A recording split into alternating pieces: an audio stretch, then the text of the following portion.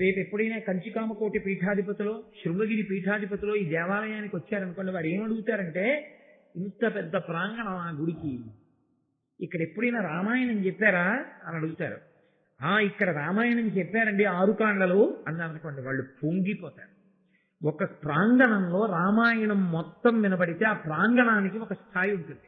ఇక్కడ ఎప్పుడైనా భారతం చెప్పారా అనరు, భారతం చదివారా అని అడుగుతారు. చెప్పడం మాట దేవుడెరుగు.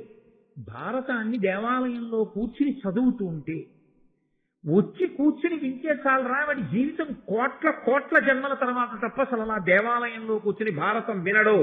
అలా వినడానికి ఈశ్వరుడు అంగీకరించడు, చెప్పడానికి అసలు అంగీకరించడు. చెప్పాలని సంకల్పం చేస్తే అది నిజం కావాలన్నా, చెప్పాలని సంకల్పం చేసి చెప్పడం జరుగుతున్నప్పుడు కూర్చుని వినాలన్నా దేవాలయ ప్రాంగణంలో దానికి కేవలము ఈశ్వర కృపయే కారణము. పిల్లలకుండే లక్షణం ఏమిటంటే, వాళ్ళకి సమస్తమైన సుఖము అమ్మయే. వాళ్ళ అమ్మ అనుకరిస్తారు. పైగా 1,000,000 మంది చెప్పిన మాట ఒకెత్తు, అమ్మ చెప్పిన మాట ఒక్కటి ఒకెత్తు. మీరు ఎప్పుడైనా పిల్లల్ని గమనించండి. మీరు 1000 మాటలు భారతమాతకు జయజేలు అని చెప్పారనుకోండి, వాడికి అమ్మ ఏం దిక్కుమాలిన దేశం రా, నువ్వు ఇండియాలో ఉండకూడదురా, నువ్వు అమెరికా వెళ్ళిపోవాలరా, ఏం అమెరికా రా, ఏమి గొప్ప దేశం రా, చిచి చిచి చిచి చిచి ఏం దేశం రా నేర్పింది అనుకోండి అమ్మ, వాడొక్క నాటికి భారతమాతకు జయజేలు అండు. చిచి చిచి చిచి ఏం దేశం అంటారు. మహాభారతంలో ఆది పర్వం చాలా ప్రఖ్యాతి వహించినటువంటి పర్వం. అందున విశేషించి ఆది పర్వంలో గరుడోత్పత్తి అనగా గరుత్మంతుని యొక్క జననం, ఆ ఆఖ్యానమునకు చాలా విశేషమైనటువంటి ప్రాధాన్యత. నన్నయ్య గారు దానికి ఫలశ్రుతిని చెప్పారు.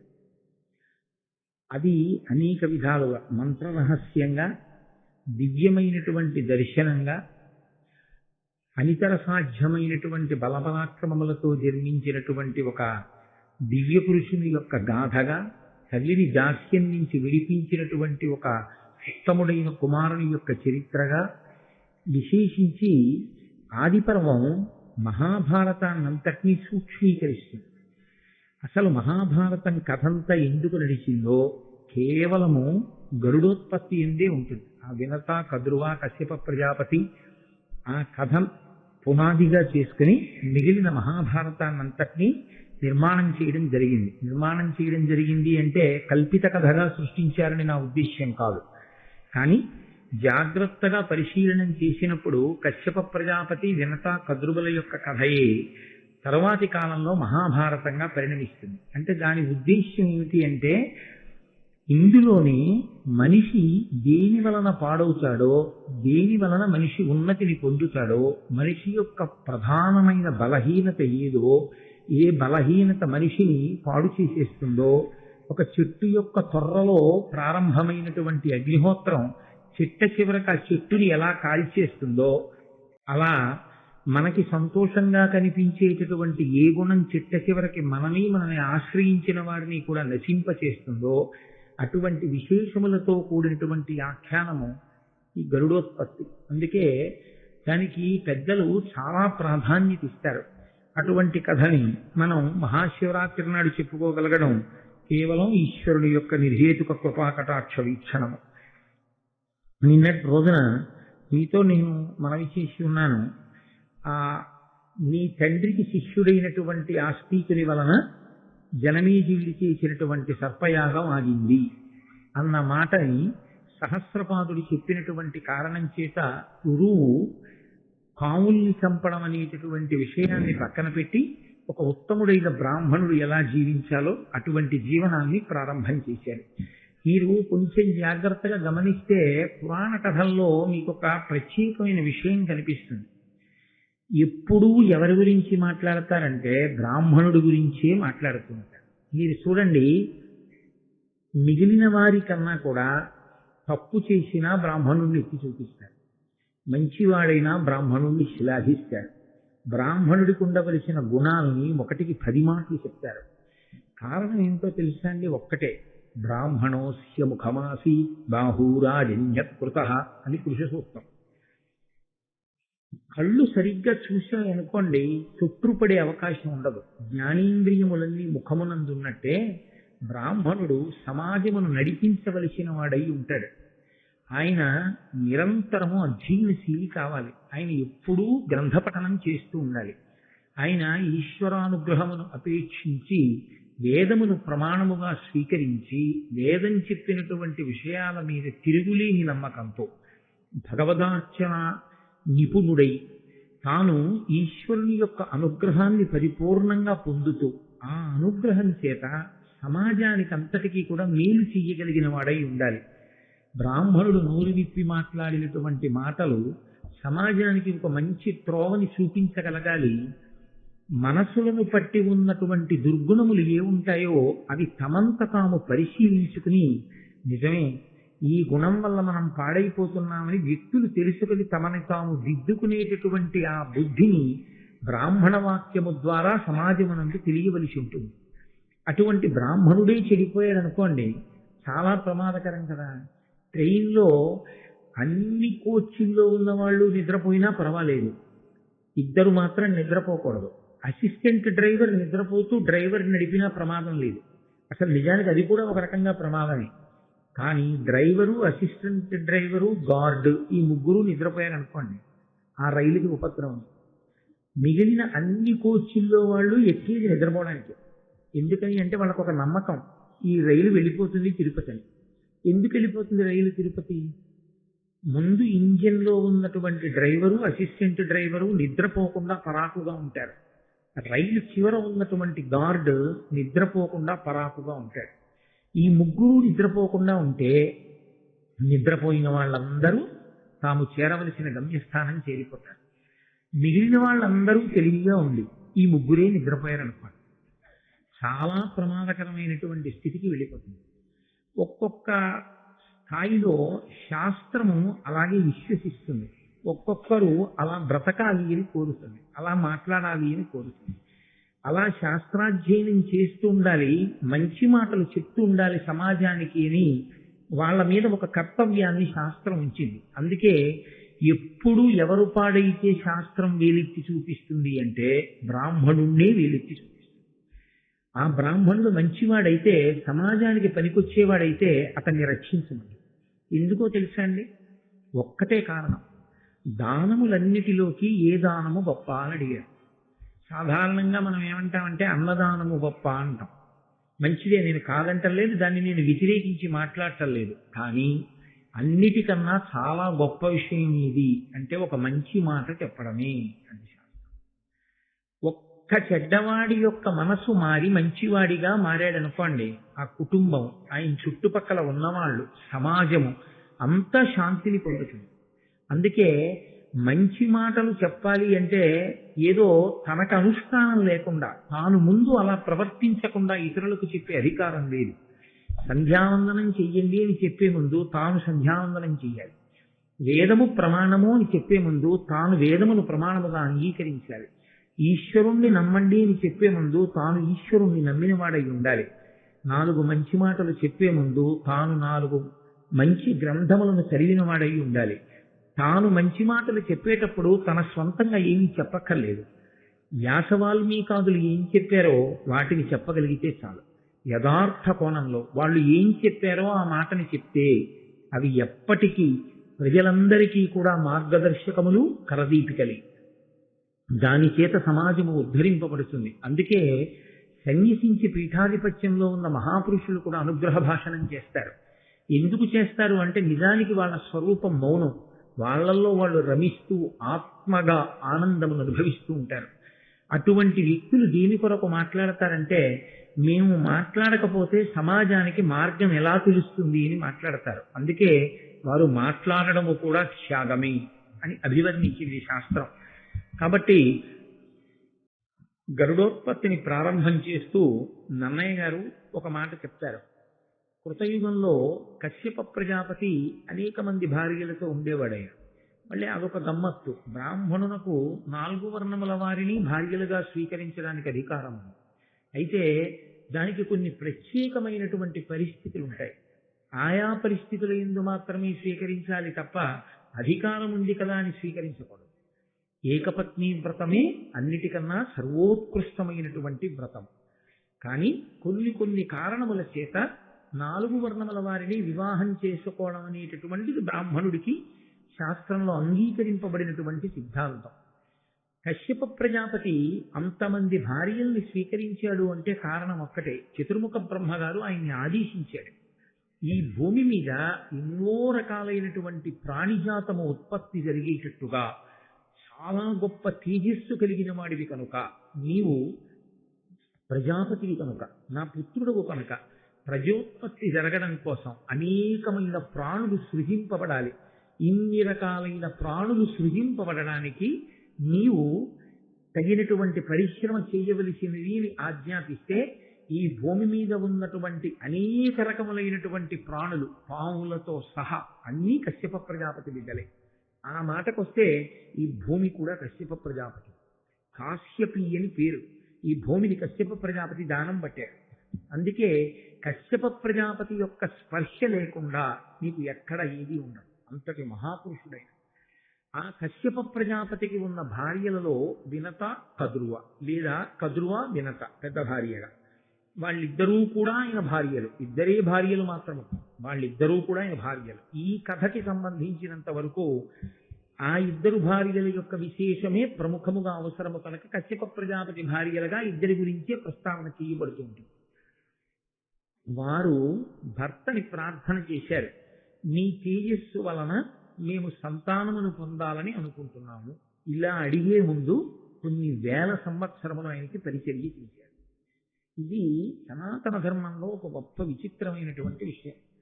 వివాహం చేసేటప్పుడు సంకల్పం ఏమని చెప్తారంటే ప్రజాపత్యర్థం అని చెప్తారు. అంటే ధర్మబద్ధమైన సంతానమును పొందుట కొరకు మాత్రమే వివాహం అనేటటువంటి ప్రక్రియ వచ్చింది.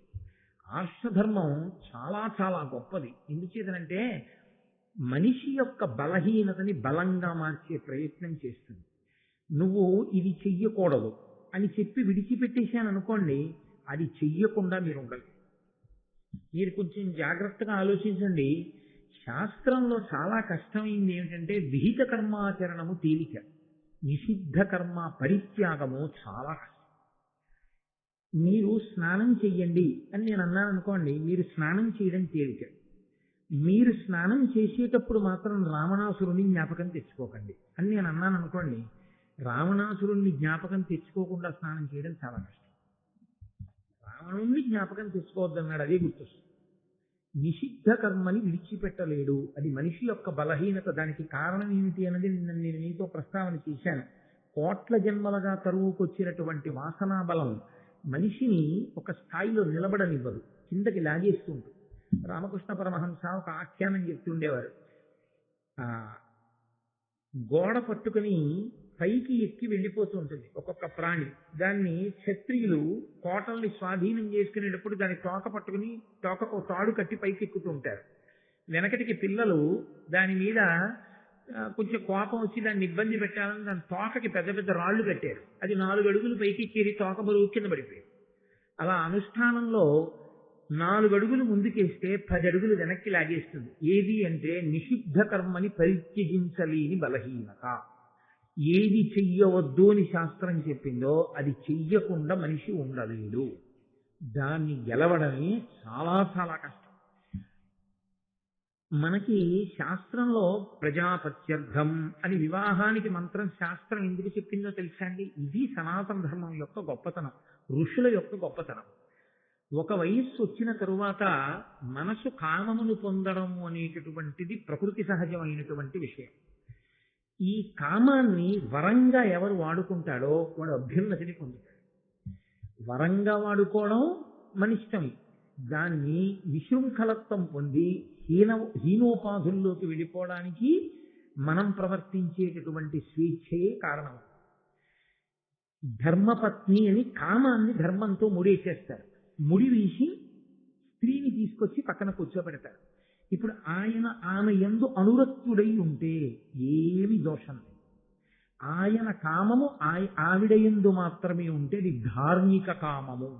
ఈ ధార్మిక కామమునకు ఫలితము పుత్రుడనబడేటటువంటి అర్థము.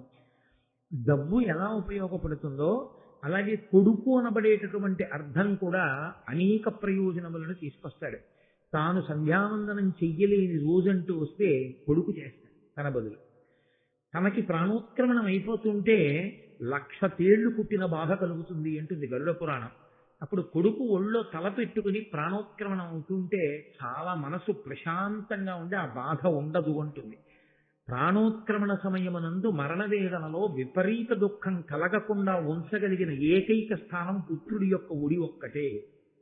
అందుకే ఐశ్వర్యములలోకెల్లా మహదైశ్వర్యం పుత్రగాత్ర పరిష్వంగమే. కొడుకుని కౌగిలించుకోగలగడం అంటే, కొడుకుని కౌగిలించుకోవడం అంటే దాని అర్థం ఏంటి? తండ్రి కొడుకు ఒక్క ఇంట్లో ఉండగలగడం. ఉంటే ప్రతిరోజు కొడుకుని చూడగలడు. ఎప్పుడు ప్రేమ కలిగితే అప్పుడు కొడుకుని ముట్టుకోగలడు. ఒక వయసు వచ్చిన తరువాత ప్రాణోత్క్రమణం ఎప్పుడవుతుందో ఎవరికి తెలుసు? అసలు చిన్నప్పుడే అవ్వచ్చు, కనీసం వృద్ధాప్యంలో. అందుకని కొడుకుతో కలిసి ఉండు అంటుంది శాస్త్రం. కొడుకు ఒళ్ళో ప్రాణం వదలడం, కాశీలో ప్రాణం వదలడం. ప్రాణం వదిలిన తరువాత తండ్రి చేసుకున్నా చేసుకోకపోయినా పుణ్యాన్ని కొడుకు గయాశ్రాద్ధం పెడతాడు. గయ వెళ్ళి శ్రాద్ధం పెట్టినటువంటి కారణం చేత పునరావృత్తి రహిత శాశ్వత శివ సాయుధ్య స్థితిని ఆ తండ్రి పొందుతాడు. కాబట్టి ఇప్పుడు కామము ధర్మంతో ముడిపడితే కొడుకు అనబడేటటువంటి అర్థం వచ్చింది. డబ్బొక్కటి ఉంటే ఇల్లు కొనుక్కోవచ్చు, కారు కొనుక్కోవచ్చు, స్థలం కొనుక్కోవచ్చు, పొలం కొనుక్కోవచ్చు, బట్టలు కొనుక్కోవచ్చు, నగలు కొనుక్కోవచ్చు. కొడుకు ఒక్కడుంటే ఇన్నిటినీ ఇస్తాడు. కూతురు ఒక్కతుంటే కన్యాదాన ఫలితం చేత గట్టెక్కిస్తుంది. కాబట్టి ఈ సంతానము కలగడం కొరకు మాత్రమే వివాహం. ఆ సంతానమే కలగకపోతే ఆ వివాహము ఇబ్బందికరమైపోయింది అని గుర్తు. కాబట్టి వివాహమునందు సంకల్పం ఒక్కటే, ప్రజాపత్యర్థం, బిడ్డల కొరకు. ధర్మంతో కామాన్ని ముడివేస్తారు తప్ప కేవలము కామోపభోగం కొరకు గృహస్థాశ్రమంలో ప్రవేశించడం అన్నది సనాతన ధర్మమునందు లేనే లేదు. అసలు దాని కొరకు అది లేదు. అందుకే ప్రజాపత్యర్థం. కాబట్టి ఇప్పుడు పుట్టేటటువంటి సంతానము తేజోవంతులు కావాలి. ఆ తేజోవంతులైనటువంటి సంతానము తనని ఉద్ధరించడంతో సరిపోదు. వాడు తప్పు పని కాని చేశాడో, చెయ్యకూడని పనులు వాడు చేశాడో, అంతకుముందు పుణ్యం చేసుకుని స్వర్గలోకానికి వెళ్ళి ఎన్నో దాన ధర్మాలు చేసినటువంటి స్వర్గలోకంలో ఉన్న 7 తరాల వాళ్ళని తీసుకొచ్చి నరకంలో దారేస్తారు. ఇలాంటి వాడిని కన్నాం, ఇదిగో 7 తరాల్లో పుట్టాడు అలాంటి వాడని. అందుకే కొడుకుని కనడంతో సరిపోదు, ఆ కొడుక్కి సరి అయినటువంటి బుద్ధి నేర్పించడం కూడా తండ్రి యొక్క కర్తవ్యంగా ఉంటుంది. అందుకే ఒక్క సరి అయిన భార్య లభించకపోతే ఆ జన్మ పోతుంది. సరి అయిన పుత్రుడు జన్మించకపోతే తనతో పోదు, 7 తరాలు పోతాయి. అందుకే పూర్వం ఏం చేసేవారంటే, ధర్మపత్నిని స్వీకరించగానే కేవలము కామోపభోగము కాదు, ధర్మపత్నితో కలిసి ఈశ్వరార్చన చేసేవారు. ఇప్పటికీ మనకి వివాహ కాండలో యథార్థమునకు స్థాయి పాకము అని ఒకటి ఉంది. అందులో వడ్లు దంచాలి. నేను నిన్నటి రోజున మీతో మనవి చేశాను, అది ఎంత ముఖ్యమైందో. భర్త హోమం చేస్తుంటే వధువు వడ్లు దంచుతుంది. వడ్లు దంచి ఆ అన్నంతో కొంతమంది బ్రాహ్మణులకి ఔపోసన పోసుకుంటారు. ఆ రోజున పోసుకుని భోజనం పెట్టాలి. అక్కడతో గృహస్థాశ్రమం నిజానికి ప్రారంభం. అగ్నికార్యం తర్వాత చేయవలసిన మంచి పని. దైవ కార్యములను చేసి అది ఎవరు ప్రధానంగా దానికి కర్త? పిల్లవాని యొక్క తండ్రి. ఆయనకి ధర్మం తెలిసి ఉండాలి. తన వంశంలోటువంటి తేజోవంతులు కలగాలి అంటే కొడుకు చేత సత్కార్యములను చేయించాలి.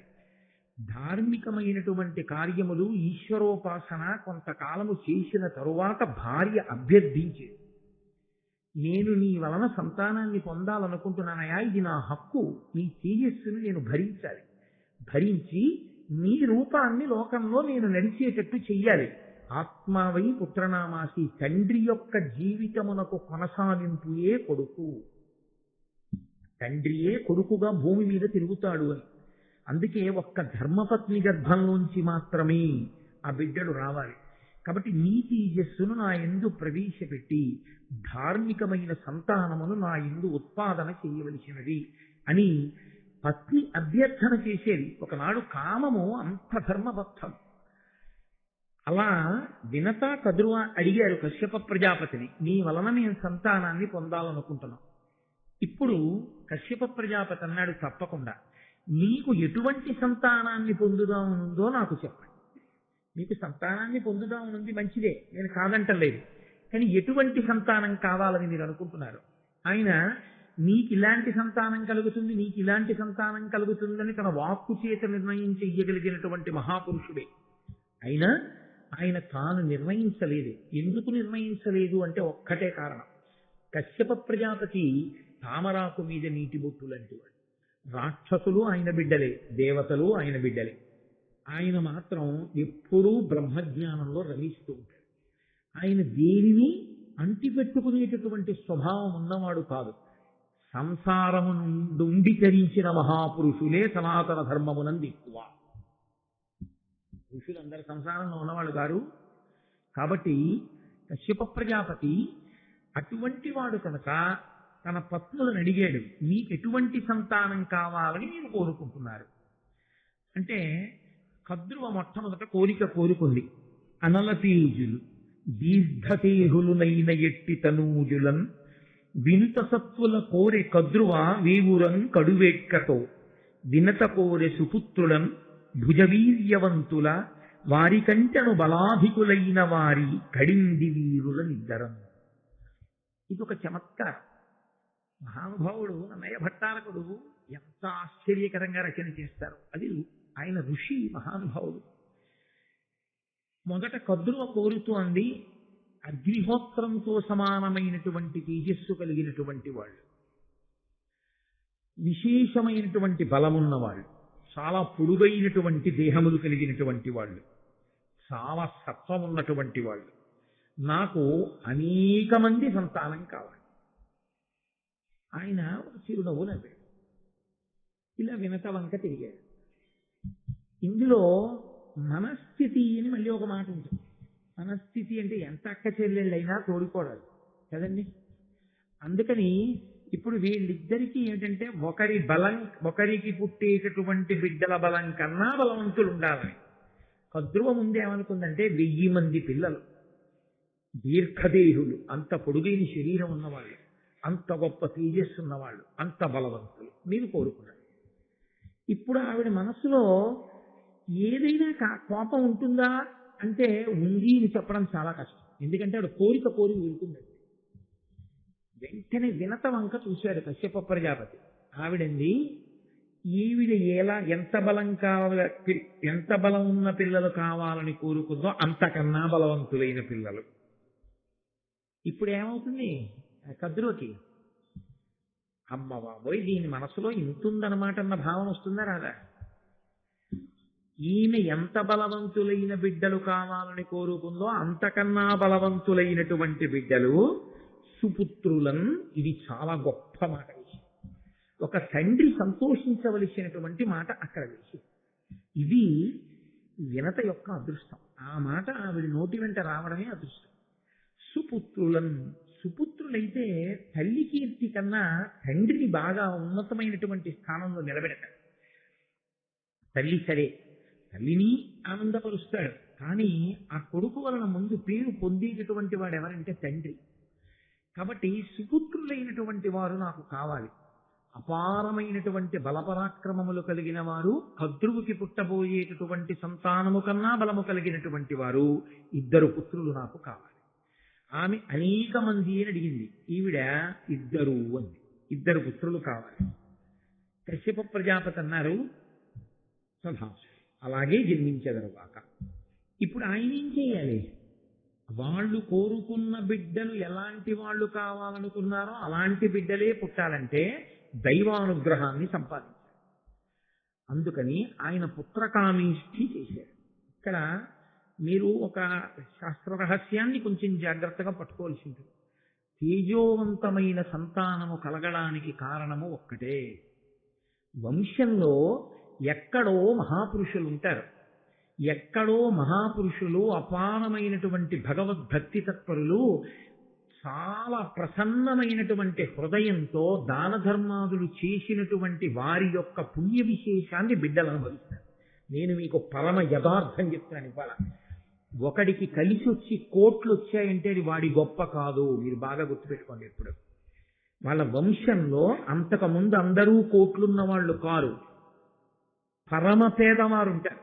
కానీ ఎప్పుడో అప్పుడు ఆ వంశంలో తండ్రో తాతో ఎవరో ఒళ్ళంతా చెమట పట్టేటట్టుగా కష్టపడి సంపాదించుకున్న 4 రూకలలో విశాల హృదయంతో పరమ ప్రేమతో ఎక్కడో అతిథికో భగవంతుడికో భగవద్భక్తుడికో తెలిసో తెలియకో ఏదో దానం చేశాడు. ఆయన చేసిన దానం ఉందే అది కోట్ల కోట్ల రెట్లై కూర్చుంటుంది. ఆ కూర్చున్న పుణ్యం ఉందే దాన్ని బిడ్డ అనుభవించి ఈయనకి సంపద వస్తుంది. ఇప్పుడు దీని కొనసాగింపు ఎక్కడుంటుందో తెలుసా అండి? వీళ్ళు చేసే దాన ధర్మాల మీద వీళ్ళ భక్తి తత్పరత మీద ఉంటుంది. దీన్ని కేవలం దాచుకోవడమే వచ్చింది అనుకోండి, క్రమంగా క్షయమేది. అలా కాకుండా దాన ధర్మాలు చెయ్యడం, అందులో ఒడితిరిగి దానము ధర్మము గురువు గారిని సంప్రదించి చేయవలసి ఉంటుంది. తప్పకుండా అలా కాకుండా మీ సొంతంగా చేశారనుకోండి, అపాత్ర దానం జరిగితే దాని వలన ఎంతమందికి ప్రమాదాలు వచ్చాయో దానికి బాధ్యులు మీరై కూర్చుంటారు. ఎందుచేతనంటే చెయ్యకూడని దానం చేసేసారనుకోండి, దాని వలన అపాత్రుడు కూడా బలపడిపోయాడు అనుకోండి, అపాత్రుడు బలపడి సమాజానికి ప్రమాదం తెచ్చాడు అనుకోండి, దానికి కారణం మీరే అవుతారు. అందుకే విద్యార్థులకి ఉపకార వేతనాన్ని తమంత తాముగా చెల్లించి వృద్ధిలోకి రావాలి, విద్యార్థులని డబ్బు కట్టి స్కాలర్షిప్లు ఇచ్చేవాళ్ళు కూడా అలా డబ్బిచ్చే ముందు విద్యార్థులందరినీ కూర్చోపెట్టి పెద్దల్ని తీసుకొచ్చి వాళ్ళకి 4 మంచి మాటలు చెప్పించి ఇప్పిస్తే ఆ తర్వాత వాడు పాడైతే ఈయన మీదకి రాదా పాపం. లేకపోతే ఈ డబ్బుతో చదువుకుని వాడు కూలిపోయే బ్రిడ్జీలు కట్టేవాడు, మందులు కల్తీ రకం తయారు చేసేవాడు, లోకాన్ని పాడు చేసేవాడు తయారైతే అటువంటి విద్య గరపినటువంటి పాపం ఈయన ఖాతాలో కూడా పడుతుంది. ఈయన 4 మంచి మాటలు చెప్పించి సహృదయంతో ఇచ్చేశాడు అనుకోండి, ఈయన మీదకి రాదు. అందుకే దానము ధర్మము ఈ రెండిటి యందు గురువుని సంప్రదించండి అని చెప్తారు. కాబట్టి చేసేటటువంటి పని యందు చాలా జాగ్రత్తగా చెయ్యడము, మెళకువతో చెయ్యడము అనేటటువంటిది చాలా చాలా అవసరమై ఉంటుంది. నేను మీతో మనవి చేశాను, ఎక్కడో పెద్దలు చేసినటువంటి పుణ్య విశేషం చేత తేజోవంతుడైనటువంటి వాడు ఎక్కడో పరమ విద్యావంతుడు, గొప్ప ఐశ్వర్యవంతుడు, ఎవ్వరికీ కలిసి రాని వ్యాపారం ఈయనకి ఎలా కలిసి వచ్చిందండి? పక్కవాడు పాడైపోయాడా వ్యాపారం చేసి, ఈయన కోట్లు సంపాదించాడా? ఎలా కుదిరింది? ఇది ఈయన ప్రతిభ కాదు, ఈయన ముందున్న వాళ్ళు ఎక్కడో చేసినటువంటి పుణ్యం కాపాడింది. అందుకే బిడ్డలు బ్రతకడానికి, బిడ్డలు విద్యావంతులవడానికి, బిడ్డలు సంస్కారవంతులవడానికి, కీర్తివంతులవడానికి కూడా కారణం పెద్దలు చేసినటువంటి పుణ్యం అయి ఉంటుంది. కాబట్టి వాళ్ళు అడిగిన బిడ్డలను ఇవ్వడానికి ఈశ్వరుణ్ణి సేవించాడు, పుస్తకాలిష్టి చేశాడు. అసలు నిజానికి మంచి బిడ్డలు కావాలి అనుకున్న వాళ్ళందరూ చెయ్యవలసింది కూడా ఈశ్వరారాధనమే. అందుకే మీరు నన్ను మన్నించగలిగితే నేను మీతో ఒక మాట మనవి చేస్తాను. హనీమూన్ అనేటటువంటి మాట సనాతన సంప్రదాయమునందు, సనాతన ధర్మమునందు లేదు. ఆ హేయమైనటువంటి విషయాలన్నీ ఎక్కడి నుంచి మనం దిగుమతి చేసుకున్నాం అంటే పాశ్చాత్య సంస్కృతిలోంచి తెచ్చుకున్నాం.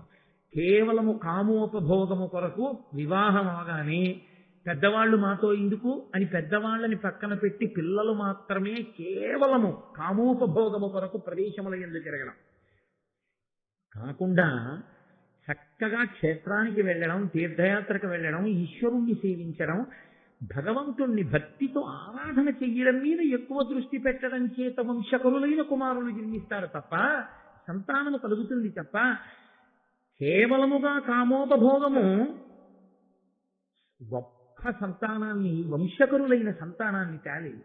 పుట్టలోని చెదలు పుట్టవా గిట్టవా? కోట్లున్న వాళ్ళు కోట్ల మంది ఉన్నారు. ఎవడికి కావాలి? ఎంత డబ్బుంటే ఎవరికి కావాలి? నీ పేరేమైనా ఆ తర్వాత గుర్తుంటుందా? నీ ముత్తాత గారి తండ్రి గారి పేరేమిటని అడగండి ఎవరినైనా, ఎవరికి జ్ఞాపకం ఉండదు. ఆయన మహాపురుషుడు అనుకోండి, ఆయనని మనవడు మునిమనవడు మరిచిపోదామన్నా సమాజం జ్ఞాపకం చేస్తుంది. ఆ ఇంటి పేరు చెప్పగానే ఫలానా ఆయన నీకేమైనా అవుతారు ఏమిటో అని అడుగుతారు. అవునండి మా నాన్నగారు చెప్తుంటారు, మా ముత్తాత గారు. అయ్యో బాబు ఏం మహానుభావుడయా, ఏమి కీర్తి సంపాదించిన వాడయా అని ఎక్కడికి వెళ్ళినా పెద్దపీట వేస్తారు.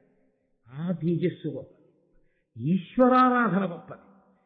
ధర్మంతో బతకడం గొప్పది తప్ప కేవలము ఐశ్వర్యం సంపాదించి వెళ్ళిపోయిన వాళ్ళ పేర్లు ఎంతమంది జ్ఞాపకం పెట్టుకున్నారు ఇవాళ. అదొక పిచ్చి అంతే, అది వెనక వచ్చేది కాదు. ధార్మికమైన జీవనం ఏదో అదే దేవికైనా రక్ష. కనుకనే ఆయన పుత్రకామేష్టి చేశాడు. నన్నయ్య గారి భారతాన్ని కేవలం నన్నయ్య గారు కశ్యప ప్రజాపతి గురించి చెప్పాడని మీరు వినకండి, నేను చెప్పకూడదు. అది మనకందరికీ కూడా మార్గదర్శకము అని మనం నమ్మి చెప్పుకోవలసి ఉంటుంది, అందుకు వినవలసి ఉంటుంది. దేవాలయాల్లో భారత ప్రవచన ప్రాంగణము అని పూర్వం నిర్మాణం చేసేవారు. చాలా పెద్దలైన వారు ఎప్పుడైనా పీఠాధిపతులు లాంటి వారు వచ్చారనుకోండి, రేపు ఎప్పుడైనా కంచికామకోటి పీఠాధిపతులు, శృంగగిరి పీఠాధిపతులు ఈ దేవాలయానికి వచ్చారనుకోండి, వారు ఏమడుగుతారంటే, ఇంత పెద్ద ప్రాంగణం ఆ గుడికి, ఇక్కడ ఎప్పుడైనా రామాయణం చెప్పారా అని అడుగుతారు. ఇక్కడ రామాయణం చెప్పారండి 6 కాండలు అన్నారనుకోండి, వాళ్ళు పొంగిపోతారు. ఒక ప్రాంగణంలో రామాయణం మొత్తం వినబడితే ఆ ప్రాంగణానికి ఒక స్థాయి ఉంటుంది. ఇక్కడ ఎప్పుడైనా భారతం చెప్పారా అనరు, భారతం చదివారా అని అడుగుతారు. చెప్పడం మాట దేవుడెరుగు. భారతాన్ని దేవాలయంలో కూర్చుని చదువుతూ ఉంటే, వచ్చి కూర్చుని వింటే చాలరా, వాడి జీవితం కోట్ల కోట్ల జన్మల తర్వాత తప్ప అసలు అలా దేవాలయంలో కూర్చుని భారతం వినడో, అలా వినడానికి ఈశ్వరుడు అంగీకరించడం, చెప్పడానికి అసలు అంగీకరించడం. చెప్పాలని సంకల్పం చేస్తే అది నిజం కావాలన్నా, చెప్పాలని సంకల్పం చేసి చెప్పడం జరుగుతున్నప్పుడు కూర్చుని వినాలన్నా దేవాలయ ప్రాంగణంలో దానికి కేవలము ఈశ్వర కృపయే కారణము. అది లేకుండా వినడం జరగదు. నేను చెప్పట్లేదు ఈ మాట, మీరు కావాలంటే మహాభారత ప్రవచన సంబంధమైన వ్యాఖ్యానములు చూడండి.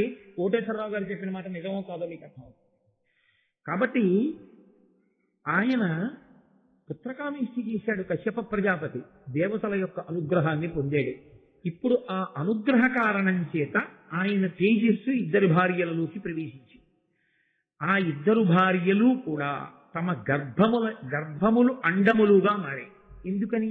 ఒకరు కాదు, 2 కాదు, అపరిమిత బల పరాక్రమము కలిగిన 2 బిడ్డలు కావాలని కోరింది వినత.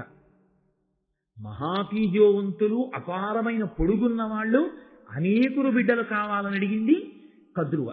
ఇప్పుడు ఇంతమంది బిడ్డల్ని ఒక గర్భంలో మొయ్యడం చాలా కష్టం. అందుకే ఆ దేవతల యొక్క అనుగ్రహం కలిగితే ఎంత చమత్కారమైనా జరగచ్చు, ఎంత ఆశ్చర్యమైనా జరగచ్చు. కాబట్టి అండములుగా మార్చి ఈశ్వరుడు అవి బయటికి వచ్చేటటువంటి ఏర్పాటు చేశాడు. దాని వలన ఒక పక్షి గుడ్లు ఎలా పెడుతుందో అలా వాళ్ళిద్దరూ కూడా గుడ్లని ప్రసవించారు. ఆమెకి 1000 గుడ్లు కలిగాయి, కద్రువకి. వినతకి 2 గుడ్లు కలిగాయి. ఇప్పుడు ఈ గుడ్లు పొదగపడాలి. తమంత తాముగా పొదగపడడానికి కావలసినటువంటి వాతావరణాన్ని ఏర్పాటు చేసి, ఆ వాతావరణంలో అంటే గోరువెచ్చటి వాతావరణంలో ఈ 1000 గుడ్లని ఒక చోట, ఈ 2 గుడ్లని ఒక చోట పెట్టారు. 2 గుడ్లలోంచి పిల్లలు వస్తే వినతపుత్రులు వైనతేయులు, 1000 గుడ్లలోంచి పిల్లలు వస్తే కద్రువ పుత్రులు. 500 సంవత్సరములు ఎదురు చూశారు. 500 సంవత్సరములు పొదగబడిన తరువాత, అంటే అంతటి తేజోవంతమైన సంతానము కలగాలి అంటే అసలు వాళ్ళ యొక్క అండవాసము అంతకాలం జరిగింది. గర్భవాసము కొంత, అండవాసము కొంత, గుడ్డుగా పెంకులో ఉండడం ఉండి 500 సంవత్సరముల తరువాత కద్రువ ప్రసవించినటువంటి అండములలోంచి పాములు పైకొచ్చాయి. అందులో ఆదిశేషుడు, కర్కోటకుడు, తక్షకుడు, ఐరావతుడు మొదలైనటువంటి చాలా గొప్ప గొప్ప పాములు కూడా ఒక్కొక్క పాము పుట్టుకొచ్చింది. దీర్ఘ శరీరము కలిగిన వారిని కదా కోరుకుంది. 1000 పడగలతో భూమండలాన్నంతటి మోయగలిగినటువంటి ఆదిశేషుడి నుండి కర్కోటకుడి వరకు, తక్షకుడి వరకు, ఐరావతుడి వరకు 1000 మంది బిడ్డలు, 1000 పాములు ఆమెకి జన్మించాయి. కాకి పిల్ల కాకి ముద్దు. ఆవిడ ఎలా కోరుకుంది? ఆవిడికి సర్పములు కలగాలి అని ఆవిడ కోరుకుంది, కాబట్టి ఆవిడ సంతోషించింది. పాములు పుడితే భయపడలేదా అండి, పాములు పుడితే బెగ్గ పెట్టుకుందా అండి అని మనం అనగకూడదు. మీకు నేను ఒక విషయాన్ని ఈ సందర్భంలో ప్రస్తావన చేయవలసి ఉంటుంది. యథార్థముగా జరిగిన సంఘటన ఒకటి మీకు చెప్తాను. ఒక ఆవిడికి నిజంగా పాము పుట్టింది ఒకప్పుడు. చంద్రశేఖర పరమాచార్య స్వామి వారు కంచికామకోటి పీఠాధిపత్యంలో ఉన్న రోజుల్లో ఈ సంఘటన గురించి ప్రస్తావన చేశారు ఆయన. ఆమెకి పాము పుడితే ఆమె తల్లితనంతో ఆ పాము పిల్లని ఎంతో ప్రేమగా పెంచుకుంది. ఆ పాము పిల్ల వచ్చి ఆవిడ పక్కలో పడుకునేది. ఆవిడ పాము పిల్లకి పాలు పట్టడం కోసం అది వచ్చి ఆకలి వేస్తే అమ్మ ఒళ్ళో తిరుగుతుంటే రోటి కన్నంలో గోరువెచ్చటి పాలు పోసేది. రోటికి కన్నం ఉంటుంది కదండి. ఈ పాము ఆ రోటి కన్నంలోకి ఎక్కి పాలు తాగుతుంది. ఒకానొకప్పుడు ఈవిడ పుట్టింట్లో ఏదో ఒక శుభకార్యానికి వెళ్ళవలసి వచ్చింది. ఈ పిల్లని తీసుకుని వెడితే అందరూ విచిత్రంగా చూస్తారేమో, అందరూ అలా చూస్తే తనకి చిన్నతనం కాదు, కానీ తన బిడ్డడు భయపడతాడేమో అని అది తల్లి ప్రేమ అంటే. ఆవిడ పాము తీసుకెళ్ళడం మానేసి వాళ్ళ ఇంట్లో ఉన్నటువంటి ఒక వృద్ధురాలిని నేను ఒక్క 3 రోజుల్లో వచ్చేస్తాను, ఈ పావుకు ఆకలేస్తే ఒకటే గుర్తు, నా బిడ్డ ఆకలేస్తోందని వచ్చి చుట్టూ తిరుగుతుంది, అప్పుడు రోట్లో పాలు పోయి వెళ్ళి పాలు తాగి పడుకుంటుందని చెప్పి ఈ పాము వచ్చి గిరగిరా తిరుగుతోంది. ఆవిడ భయపడిపోయి బాబాయ్ పాము పాల కోసం వచ్చేసింది, తొందరగా పోయిపోతే ఏం చేస్తుందో అని మరుగు పాలు తీసుకెళ్లి ఆ రోటి కన్నంలో పోసి, ఈ పాముకి అమ్మ గోరువెచ్చటి పాలు పోయడం అలవాటు. ఆ పాము వెళ్ళి గభాలన గడగడా తాగడం కోసం తొందరగా నోరు పెట్టింది.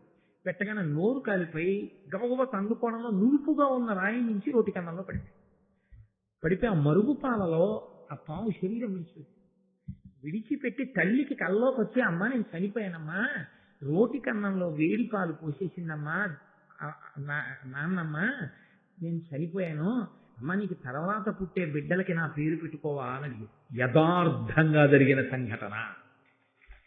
నేను కాదు, కామకోటి పీఠాధిపతులు పరమాచార్య చెప్పిన సందర్భం. కాబట్టి పావులకు తల్లి అయితే ఆవిడ బెంగబెట్టుకుంటుందా అని మీరు ప్రశ్న వేయకూడదు. అసలు నేను మీకు ఒక యథార్థం చెప్పనా, అన్నీ ఉన్న పిల్లల మీద తల్లికున్న ప్రేమ కన్నా అవకరాలున్న పిల్లల మీదే తల్లికి ప్రేమ. అమ్మ ఏడిచినా, అమ్మ బెంగెట్టుకున్నా, నోములు చేసినా, వ్రతాలు చేసినా ఎవరి కోసమో తెలుసా అండి? అవకరం ఉన్న పిల్లల కోసమే అమ్మ ఎక్కువ బెంగ పెట్టుకుంటుంది.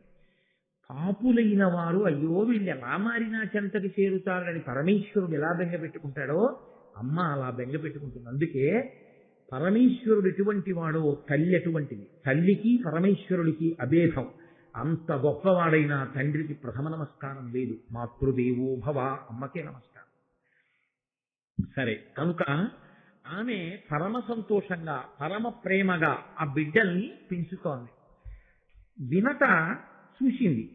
చూసి ఆవిడ అతిశయము కలిగినటువంటి స్త్రీ. అతిశయము అన్న మాటకు అర్థం ఏమిటో తెలుసా అండి? విశ్వాసము అని ఒకటి ఉంటుంది, అతి విశ్వాసము అని ఒకటి. విశ్వాసము అంటే తను నమ్మినది, తను చదివినది, తను చేస్తున్నది సత్యము, ఇది మంచిది. అతి విశ్వాసము అన్న మాట ఎక్కడ వస్తుందో తెలుసా అండి? నా బుద్ధితో నేను ఆలోచించి చెప్పేది ఏది ఉంటుందో దానికి తిరుగులేదు అన్న అతిశయం. ఇది ప్రమాదకరం. ఇది ఎక్కడో అక్కడ పప్పులో కాలేయిస్తుంది. వేయించినప్పుడు ఎలా ఉంటుందో తెలుసా అండి? ఏదో చిన్న చితకాతో పోదు, పట్టిన అహంకారం అంతా వదిలిపోయేటట్టుగా దాడించేస్తుంది. సాకళ్ళు బండకేసి బట్టలు కొడతారే అలా కొడుతుంది అతి విశ్వాసం. అతి విశ్వాసము వలన కాని పడ్డాడో గోతులో ఇక మళ్ళీ లేవడంలో చాలా చాలా కష్టం ఉంటుంది. మీరు లోకంలో ఎప్పుడైనా చూడండి, అతి విశ్వాసము మంచిది కాదు. మీరు ఒక నిర్ణయం తీసుకొని మీరే చాలా నమ్మేస్తే అవతల వారు కూడా అలాగే ఉన్నారో లేదో మీకు తెలియకపోతే, నేను అనుకున్నవన్నీ సత్యాలే అని మీరు అనుకున్న నాడు, మీరు గోతులో పడిన నాడు మీకు మళ్ళీ పైకి లేచేటప్పుడు తెలుస్తుంది ఆ బాధ. ఇదే వినతతో వచ్చిన సమస్య. అంతకు మించి ఆవిడిలో చెడ్డతనం ఏం లేదు. ఇదొక్కటే ఆవిడితో ఉన్న పెద్ద సమస్య. అందుకే నేను బాగా ఆలోచించగలను, అందుకే కద్రువ పిల్లల కన్నా బలవంతులు నాకు ఉంటే చాలు. ఆవిడికి 1000 మంది ఉంటే నాకు 2 ఉంటే చాలు. ఒక్కడు అని అడగకూడదు కాబట్టి, ఒక కొడుకు శాస్త్రంలో కొడుకు పాడు కాబట్టి 2 కొడుకులే. కించిత్ అతిశయ భావంతో ఉంటుంది. చాలా మనస్తత్వ శాస్త్రాన్ని మాట్లాడుతుంది మహాభారతం. కాబట్టి 500 సంవత్సరముల నుంచి ఎదురు చూస్తోంది. అక్కడ పుట్టే పిల్లల కన్నా ముందు తన పిల్లలు పుడతారని ఒక ఆశ. ఎందుకంటే వీళ్ళు ఎక్కువ బలవంతులు కదా అని తొందరగా పొదగబడతారనుకుందో ఏమో ఆవిడ. 500 సంవత్సరముల తర్వాత అక్కడ 1000 మంది పుట్టేశారు. ఇక్కడ ఒక్క గుడ్డు బదలలేదు. ఆవిడికి సిగ్గు కలిగింది. అది విచిత్రం. నన్నయ్య గారి మాటని నన్నయ్య గారి మాట కానీ మీరు పట్టుకోవాలి. మీ సొంతంగా మీరేమి అన్వయాలు చేయకూడదు. నన్నయ్య గారు వాడిన మాట ఏమిటంటే లజ్జనుంది అని సిగ్గుపడి, సిగ్గు వలన దుఃఖం అనుకో. దేనికి సిగ్గు? ఆవిడికి పుట్టినటువంటి గుడ్లు 500 సంవత్సరాలకు పలకబడి తన గుడ్లు ఇంకా పలకబడకపోతే తనదా తప్పు? అది ఆ బిడ్డలు జన్మించే విధానం కాదు కదా. అది ఒక చిత్ర విచిత్రమైన రీతిలో పుడుతున్న బిడ్డల వాళ్ళు కాబట్టి వాళ్ళకన్నా బలవంతులు అడిగింది కాబట్టి ఇంకొంచెం సమయం పట్టచ్చు, ఎదురు చూడాలి. కానీ ఆమె దేనికి సిగ్గుపడిపోయిందంటే అన్నిటిలో ఆమె కన్నా నేను ముందుంటాననుకుంది. తనకన్నా ముందు తల్లి. ఇక్కడ ఎక్కడో నా విశ్వాసం దెబ్బతింది. నేను ఇంత బాగా ఆలోచించలేకపోయాను. ఇది ఆవిడ సిగ్గుపడ్డానికి కారణం. ఇప్పుడు ఆవిడ సిగ్గులో దుఃఖం వచ్చింది. దేనికి దుఃఖమో తెలుసా అండి? పిల్లలు లేరని ఏడవడానికి ఏమంటే గుడ్లు ఉన్నాయిగా, ఇవ్వకపోతే రేపు వస్తారుగా పిల్లలు కాదు. ఆవిడ ఎందుకు ఏడిచిందంటే నేను చాలా తెలివైందాన్ని అనుకున్న నా తెలివి తెల్లవారిందని ఏడిచింది. ఎలా ఏడుస్తుంది? అలా ఏడిస్తే అందరి ముందు ఏడిస్తే బాగుపడిందని గుర్తు. తను ఒక్కతే ఏడిస్తే ఇంకా గౌరవజనం తగ్గలేదని కదా. అందుకేడుస్తోంది. కానీ ఇంకా బయటికి వచ్చి నేను ఇంత తెలివైందాన్ని కాను అని అంటే కశ్యప ప్రజాపతిని చెప్పుండను, నీకెందుకు బెంగ, నీ గుడ్లోంచి కూడా పిల్లలు వస్తారు, కంగారు పడకని చెప్పాను. ఒక్కటి ఏడిచింది. అదో ప్రమాదం. అంటే తగినంత పరిణితి ఏర్పడని జీవితాలు ఎలా ఉంటాయో మీరు చూడండి. కాబట్టి ఇప్పుడు ఆమె ఏడిచి సిగ్గు పొంది ఎలాగైనా నేనే తెలివైందాన్ని అనిపించుకోవాలి కదా. కింద పడి కూడా భూమి మీద ఉన్నానంటే పోయే. అందుకని ఎలాగైనా సరే నేను తెలివైందాన్ని అనిపించుకోవాలన్న తాపత్రయంలో నేను తల్లినైపోయాను అనిపించేసుకోవాలని ఓ గుడ్డు పగలగొట్టే. ఓ గుడ్డు పగలగొట్టేటప్పటికి అందులోంచి ఒక పక్షి పైకి వచ్చింది.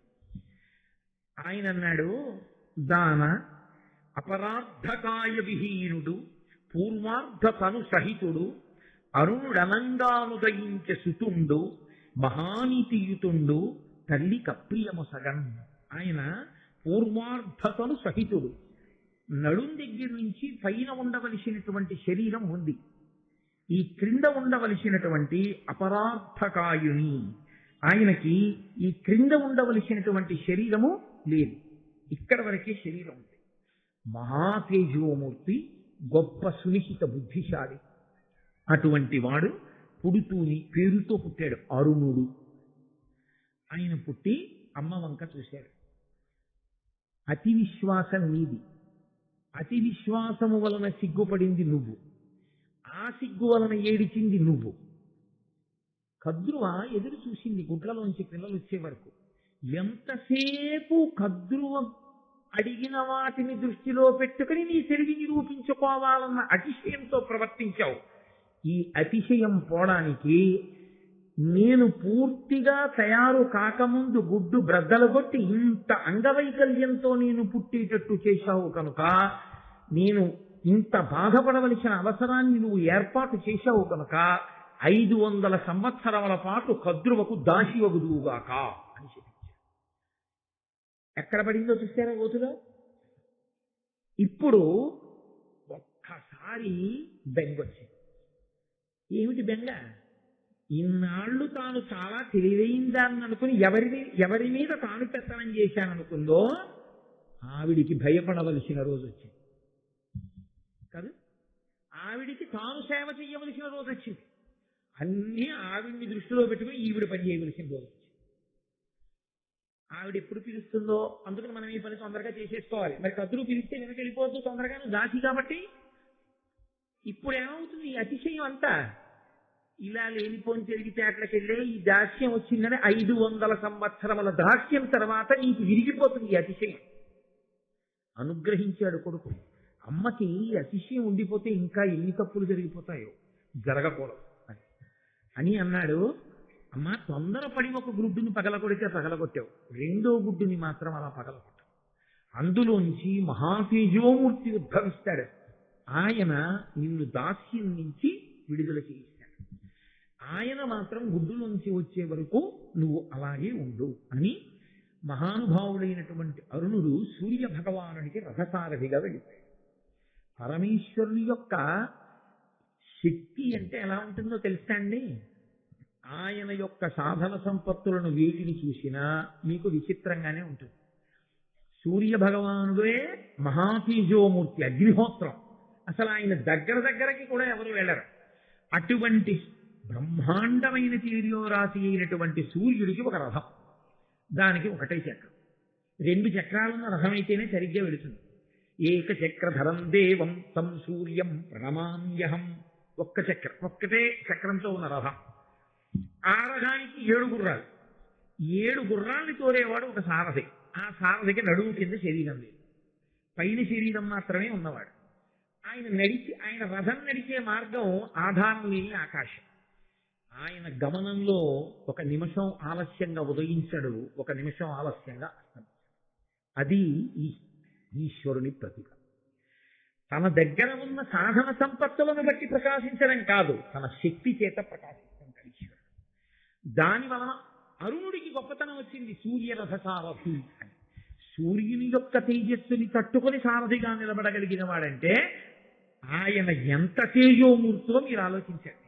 ఆయన అసలు నిజంగా ఒక బొడ్డులో పూర్ణంగా ఉంటే అసలు ఎటువంటి మహాపురుషుడు ఆవిర్భవించి ఉండేవాడు లోకానికి. కాబట్టి ఇప్పుడు అరుణుడు ఉదయించాడు. కొంతకాలం అయిపోయింది. శాపవాక్కు అమల్లోకి రావాలి కదూ. ఈలోగా మహాభారతంలో ఇదో గమ్మత్తు. ఈలోగా నేను అన్నప్పుడల్లా ఇక్కడ కుక్కాన్ని వదిలి ఇంకో కుక్కాన్ని గుర్తుకుంటూ ఉంటాను. పూర్వం తిరుమల ఎక్స్ప్రెస్ విశాఖపట్నం నుంచి తిరుపతి వెడుతుండేది. కాకినాడ నుంచి కొన్ని భోగి వెళ్ళేది. వెడితే సామర్లకోట వరకు వచ్చినటువంటి తిరుమల ఎక్స్ప్రెస్ ఇంజిన్ దాన్ని వదిలేసి అలా ముందుకెళ్ళిపోయి ఎస్కేప్ లైన్ మీదకి వచ్చి వెనక్కి వెళ్ళి మళ్ళీ సెకండ్ లైన్ మీదకి వచ్చి కాకినాడ నుంచి వచ్చినటువంటి భోగిల్ని కలుపుకుని మళ్ళీ అక్కడి నుంచి వెనక్కి తోసుకెళ్ళి మళ్ళీ ఇలా ముందుకొచ్చి తను విశాఖపట్నం నుంచి తెచ్చొచ్చిన భోగిల దగ్గరికి వచ్చి వీటికి వాటిని కలుపుకుని అప్పుడు పట్టుకుని తిరుగుతాయి. అలా మహాభారతంలో కథలు ఇక్కడ వదిలి మళ్ళీ ఎస్కేప్ లైన్ మీదకి వెళుతుంటాయి. వెళ్ళి మళ్ళీ అక్కడి నుంచి కొన్ని పెట్లు పట్టుకొచ్చి మళ్ళీ ఈ రైలు కలుపుకుని మళ్ళీ వెళుతుంటాయి. మీరు మాత్రం ఏ పెట్టని వదిలిపెట్టకూడదు. అన్ని పెట్ల తాలూకా కొక్కాలు మీకు పడుతూ ఉండాలి, జాగ్రత్తగా పట్టుకుంటుంది. అందుకని మహాభారతానికి నాగా పెట్టేస్తే కొన్నారు కదా. కాబట్టి ఇప్పుడు వీళ్ళిద్దరు వినత కదురువ ఒకరోజు బయలుదేరి పాలసముద్రం దగ్గరికి వెళ్ళారు. ఈలోగా జరిగినటువంటి విచిత్రం ఏంటంటే దేవతలకి రాక్షసులకి అమృతాన్ని పొందాలి అని కోరిక కలిగింది. దేవతలు రాక్షసులు కలిసి క్షీరసాగర మథనం చేస్తే అందులోంచి అమృతం వస్తుంది. కాబట్టి ఇప్పుడు వాళ్ళు మందర పర్వతాన్ని తీసుకొచ్చి ఆ పాలసముద్రంలో చిలకడం కోసమని దింపారు. ఆనందర పర్వతం పాలసముద్రంలో మునిగిపోకుండా ఉండడం కోసం శ్రీ మహావిష్ణువుని ప్రార్థన చేస్తే ఆయన ఆదికూర్మమై నిలబడితే ఆ తాబీటి డొక్క మీద ఈ మందర పర్వతాన్ని పెట్టి వాసుకిని చుట్టి రాక్షసులు దేవతలు పట్టుకుని చిలికారు. చిలికితే ఈ మందర పర్వతం ఆయన వీపుని ఉరుసుకుంటే అప్పుడు ఆయన ఎప్పటి నుంచో వీపు కొద్దిగా దొరదగా ఉంది అనుకున్నట్ట తీరింది. అప్పుడు ఆయన చెయ్యి అందదు కదా మరి, 4 బాహువులైనా. నిజంగా మహానుభావుడు ఆయన కాబట్టి భరించాడు. వాసుకిని పెట్టి తిప్పితే ఆ మందర పర్వతం యొక్క ఉరిపిడి చేత పాలసముద్రం అంతా చిలకబడితే ఆ పాలవెల్లి లోపలకప్పటికప్పటికి మందరాగము తిరిగి చప్పుడు నిండెన జాండము చెప్పేడిదేమని అదుని చెవులు చిందరగొని అన్నంటారు పోతన గారు భాగవతంలో. పెరుగు చిలికేటప్పుడు నిశ్శబ్దంగా ఏముండదు, చాలా పెద్ద చప్పుడు వస్తుంది, చర్ చస్ చర్ చస్ అని. అలవాటు లేని వాళ్ళు కానీ పట్టుకుంటే కుండ పగిలిపోతుంది. దాన్ని ఆ కవ్వం మధ్యలో ఉండేటట్టుగా పట్టుకుని చక్కగా కవ్వం నిలువుగానే ఉండేటట్టు ఈ చెయ్యి ఇటు వదులుతూ ఈ చెయ్యిని ఇటు పెడుతూ అలా తిప్పాలి. అది కొన్నాళ్ళు సాధన అయిపోతే ఇంకోళ్ళతో మాట్లాడుతూ సైకిల్ తొక్కేసినట్టు మాట్లాడుతూ ఇలా తిప్పేస్తారు. మొదట్లో అలవాట్లేకి ఇలా తిప్పేటప్పుడు కవ్వం ఇలా అడ్డంగా పడుకుంటుంది. మళ్ళీ కవ్వాన్ని తీసి నిలువుగా నించోబెట్టుకునేటప్పటికి చేతులకు ఆ వెన్నపూస కొంచెం అంటుకుని తాడు జారిపోతుంటుంది. 2 మాటలు 3 మాటలు తిప్పేది ఏమిటో నాకు అర్థం కావట్లేదని ముడిపడిపోయి ఆఖరికి వేసుకున్న ఉత్తరీయం జారిపోయి వాడికి చల్ల చేయడం చేతకాక భార్యకి ఇచ్చేస్తారు ఆ కవ్వం. చెయ్యడం వచ్చేస్తే చల్ల చేయడం అలా అందం. మన మురుగు అది వస్తుంటే ఆ తుంపర్లతోటి ఒక్కసారి బుడిక్కం లేకపోతే ఆ మజ్జిగంతా బయటపడిపోతుంది. అలా పడిపోకుండా కుండలోనే తిరిగేటట్టు చిలికితే వచ్చేటటువంటి ధ్వనితో ఆ కుండలోనే అంత ధ్వని వస్తే పాల సముద్రాన్ని చిలికితే ఎంత ధ్వని వస్తుంది. ఎక్కడో సమాధిలో ఉన్నటువంటి చతుర్ముఖ బ్రహ్మగారు ఉలిక్కి పడి ఏమిట్రా చప్పుడు ఏం చేస్తున్నారు రా పిల్లలు అని బయటకు వచ్చి చూసేట ఆ రోజుల్లో. అంత పెద్ద చప్పుడు. సరే, అందులోంచి మొట్టమొదటి అమృతం వస్తుంది అనుకుంటే హాలాహలం వచ్చింది. మహానుభావుడు పరమేశ్వరుడు లోకములకు తండ్రి కాబట్టి ఆయన ఆ హాలాహలాన్ని పుచ్చుకుని లోకములను కాపాడాడు. తర్వాత ఉచ్చైశ్రవము మొదలైన వచ్చే ఇంద్రుడు పుచ్చుకున్నాడు. కౌస్తభం వచ్చింది, శ్రీ మహావిష్ణువు పుచ్చుకున్నారు. శ్రీ మహాలక్ష్మి వచ్చింది, శ్రీ మహావిష్ణువుని వరించింది. ధన్వంతరి అమృత పాత్రతో పైకొచ్చారు. ఇప్పుడు దేవతలు దానవులు కలిసి ఈ అమృతాన్ని జాగ్రత్తగా ఎక్కడ దాచాలి అని ఆలోచించారు. ఇంద్రుడికి అప్పచెప్దాం, ఇంద్రుడు దాస్తాడు జాగ్రత్తగాను అని చెప్పి ఇంద్రుడికి ఇచ్చారు. ఆ ఇంద్రుడు తీసుకెళ్లి దాన్ని దాస్తూ ఉండేవాడు. దాచుకుని అట్టే పెట్టాడు. దాచడం అంటే అన్ని వేళలా దాచడం అంత తేలికైన పని అని మీరు అనుకోకూడదు. కొన్ని కొన్ని విషయాల్ని మీరు ఎవరి దగ్గరైనా పుచ్చుకుని దాచడం చాలా ప్రమాదకరమైనటువంటి విషయం. నాకు స్నేహితుడు ఉండేవాడు. అతను ఒకసారి నాకు విషయం చెప్పాడు. అతను ఎక్కడికో ట్రాన్స్ఫర్ అయ్యాడు. అతని రూమ్లో ఇంకొక అతను కూడా నా ఆఫీస్లో ఉద్యోగి ఉండేవాడు. పేర్లు ఎందుకు బాగుండదు. ఆ రోజుల్లో మాకు బ్యాంకులో వేసేవాడు కాదు, చేతికి జీతం ఇచ్చేవాడు. జీతం ఇచ్చేసేయగానే అతను రూమ్కి వచ్చి ఈ రెండో వాడు ఏం చేసేవాడంటే మొదటి వాడికి ఆ జీతం ఇచ్చేసేవాడు. నీ దగ్గర ఉంచవా, రేపు తీసుకుంటాను, జీతం మాత్రం మొట్టమొదటి నీ దగ్గరే ఉంచండి. అతను అనుకునేవాడు నాకు ఇచ్చిన తర్వాత ఇతను కలిసి వస్తుంది ఎలా ఉందనుకుని పాపం ఎంతో సంతోషంగా తీసేసుకుని దాచి మర్నాడు ఇచ్చేవాడు. ఇతను దాన్ని పట్టుకెళ్ళి బ్యాంకులో వేసేసుకునేవాడు. ఓసారి అడిగాడు, ఏమైనా ఎప్పుడు నాకే ఇస్తుంటావు, నీకేమైనా బాగా కలిసి వస్తుందా, నాకు ఏ మంచిది అంటుంటారో అంటే అతను అన్నాడు, నా మొహం అదేం కాదు, రూమ్ బలమైంది కాదు కదా, తలుపులు అవి రాత్రి దొంగడు ఎత్తుకుపోతే నీకు ఇచ్చాను కాబట్టి ఎత్తుకుపోయాడు కాబట్టి నువ్వు ఇవ్వాలి, తెల్లారాక బ్యాంకులో వేసుకుంటాను. అందుకని నా దగ్గర పెట్టుకుని దొంగడు ఎత్తుకుపోతే నాది పోయింది ఇచ్చేవాళ్ళు, నీకు ఇస్తే నువ్వు ఇవ్వాలి, అందుకని నీకు ఇస్తున్నాను, నీ చేయి మంచిదని ఏం కాదు. హరి నీ మొహం ఇచ్చా ఇంకెప్పుడు నేను ఇచ్చుకోను అన్నట్టు నాకు వచ్చి చెప్పాడు ఒకసారి, ఇలా అన్నానండి కొట్టేస్తారు, ఎంత విచిత్రం చూడండి వాడు గడుచుతాను. అందుకని అన్ని వేళలా దాచడం అంటే అంత తేలిక అని మీరు అనుకోకండి. దాచడము అనేటప్పటికీ 1000 కళ్ళతో దాన్ని కాసుకుంటూ ఉండాలి. అది తనొక్కడి సొత్తు కాదు. దేవతలందరూ పాలసముద్రం చిలికి తీసినటువంటి అమృతం. పైగా దాన్ని ఎవడో పట్టుకుపోతే ఏమన్నా పట్టుకుపోయారండి అనడానికి ఏమి ఉండదు. అది ఎవడో తాగేశాడు అనుకోండి, గుట్టుకులు ఎవరికి తావు పుట్టుగా ఉండవు.